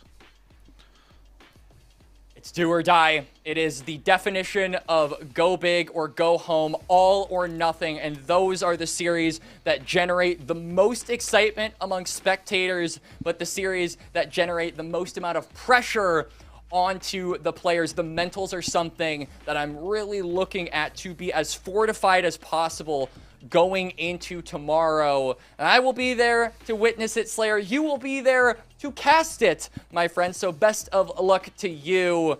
But for this series, it is a 3-1 over Blue Otter, continuing their lower bracket miracle. Well, not necessarily miracle, but their lower bracket run. Of lower bracket run of dreams, indeed. Even if many didn't expect Blue Otter to be here, they have now gotten to that one series that could really, erase all of that negativity from the start of this promotion tournament. Mm-hmm. Yes, Quacks, I will be on that final broadcast. It feels a bit... I wanted to say, like, Canada versus USA meme because it's Deathmark Esports versus Blue Otter, but I'm pretty confident that Blue Otter is sporting some Canadians themselves. If I'm not mistaken, Rovex, I think, is a Canadian resident, so can't really go for that one. But nonetheless, it should be a fun one. That will be our final broadcast of the promotion tournament. So we're closing things out here. Quacks, I'm going to take a moment to say, buddy, we've done hundreds of broadcasts together, and it was an absolute blast as always next to you, my friend. I'm glad that you have showed many how talented you are as a caster here on the NACL channel. I'm sure I'm positive it won't be the last we see of you. Back here tomorrow, same time as before, 4 p.m. Eastern, 1 p.m. Pacific Standard Time.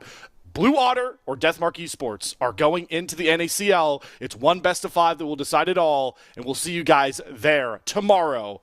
We'll see you soon. The NACL is presented by Philips Norelco OneBlade.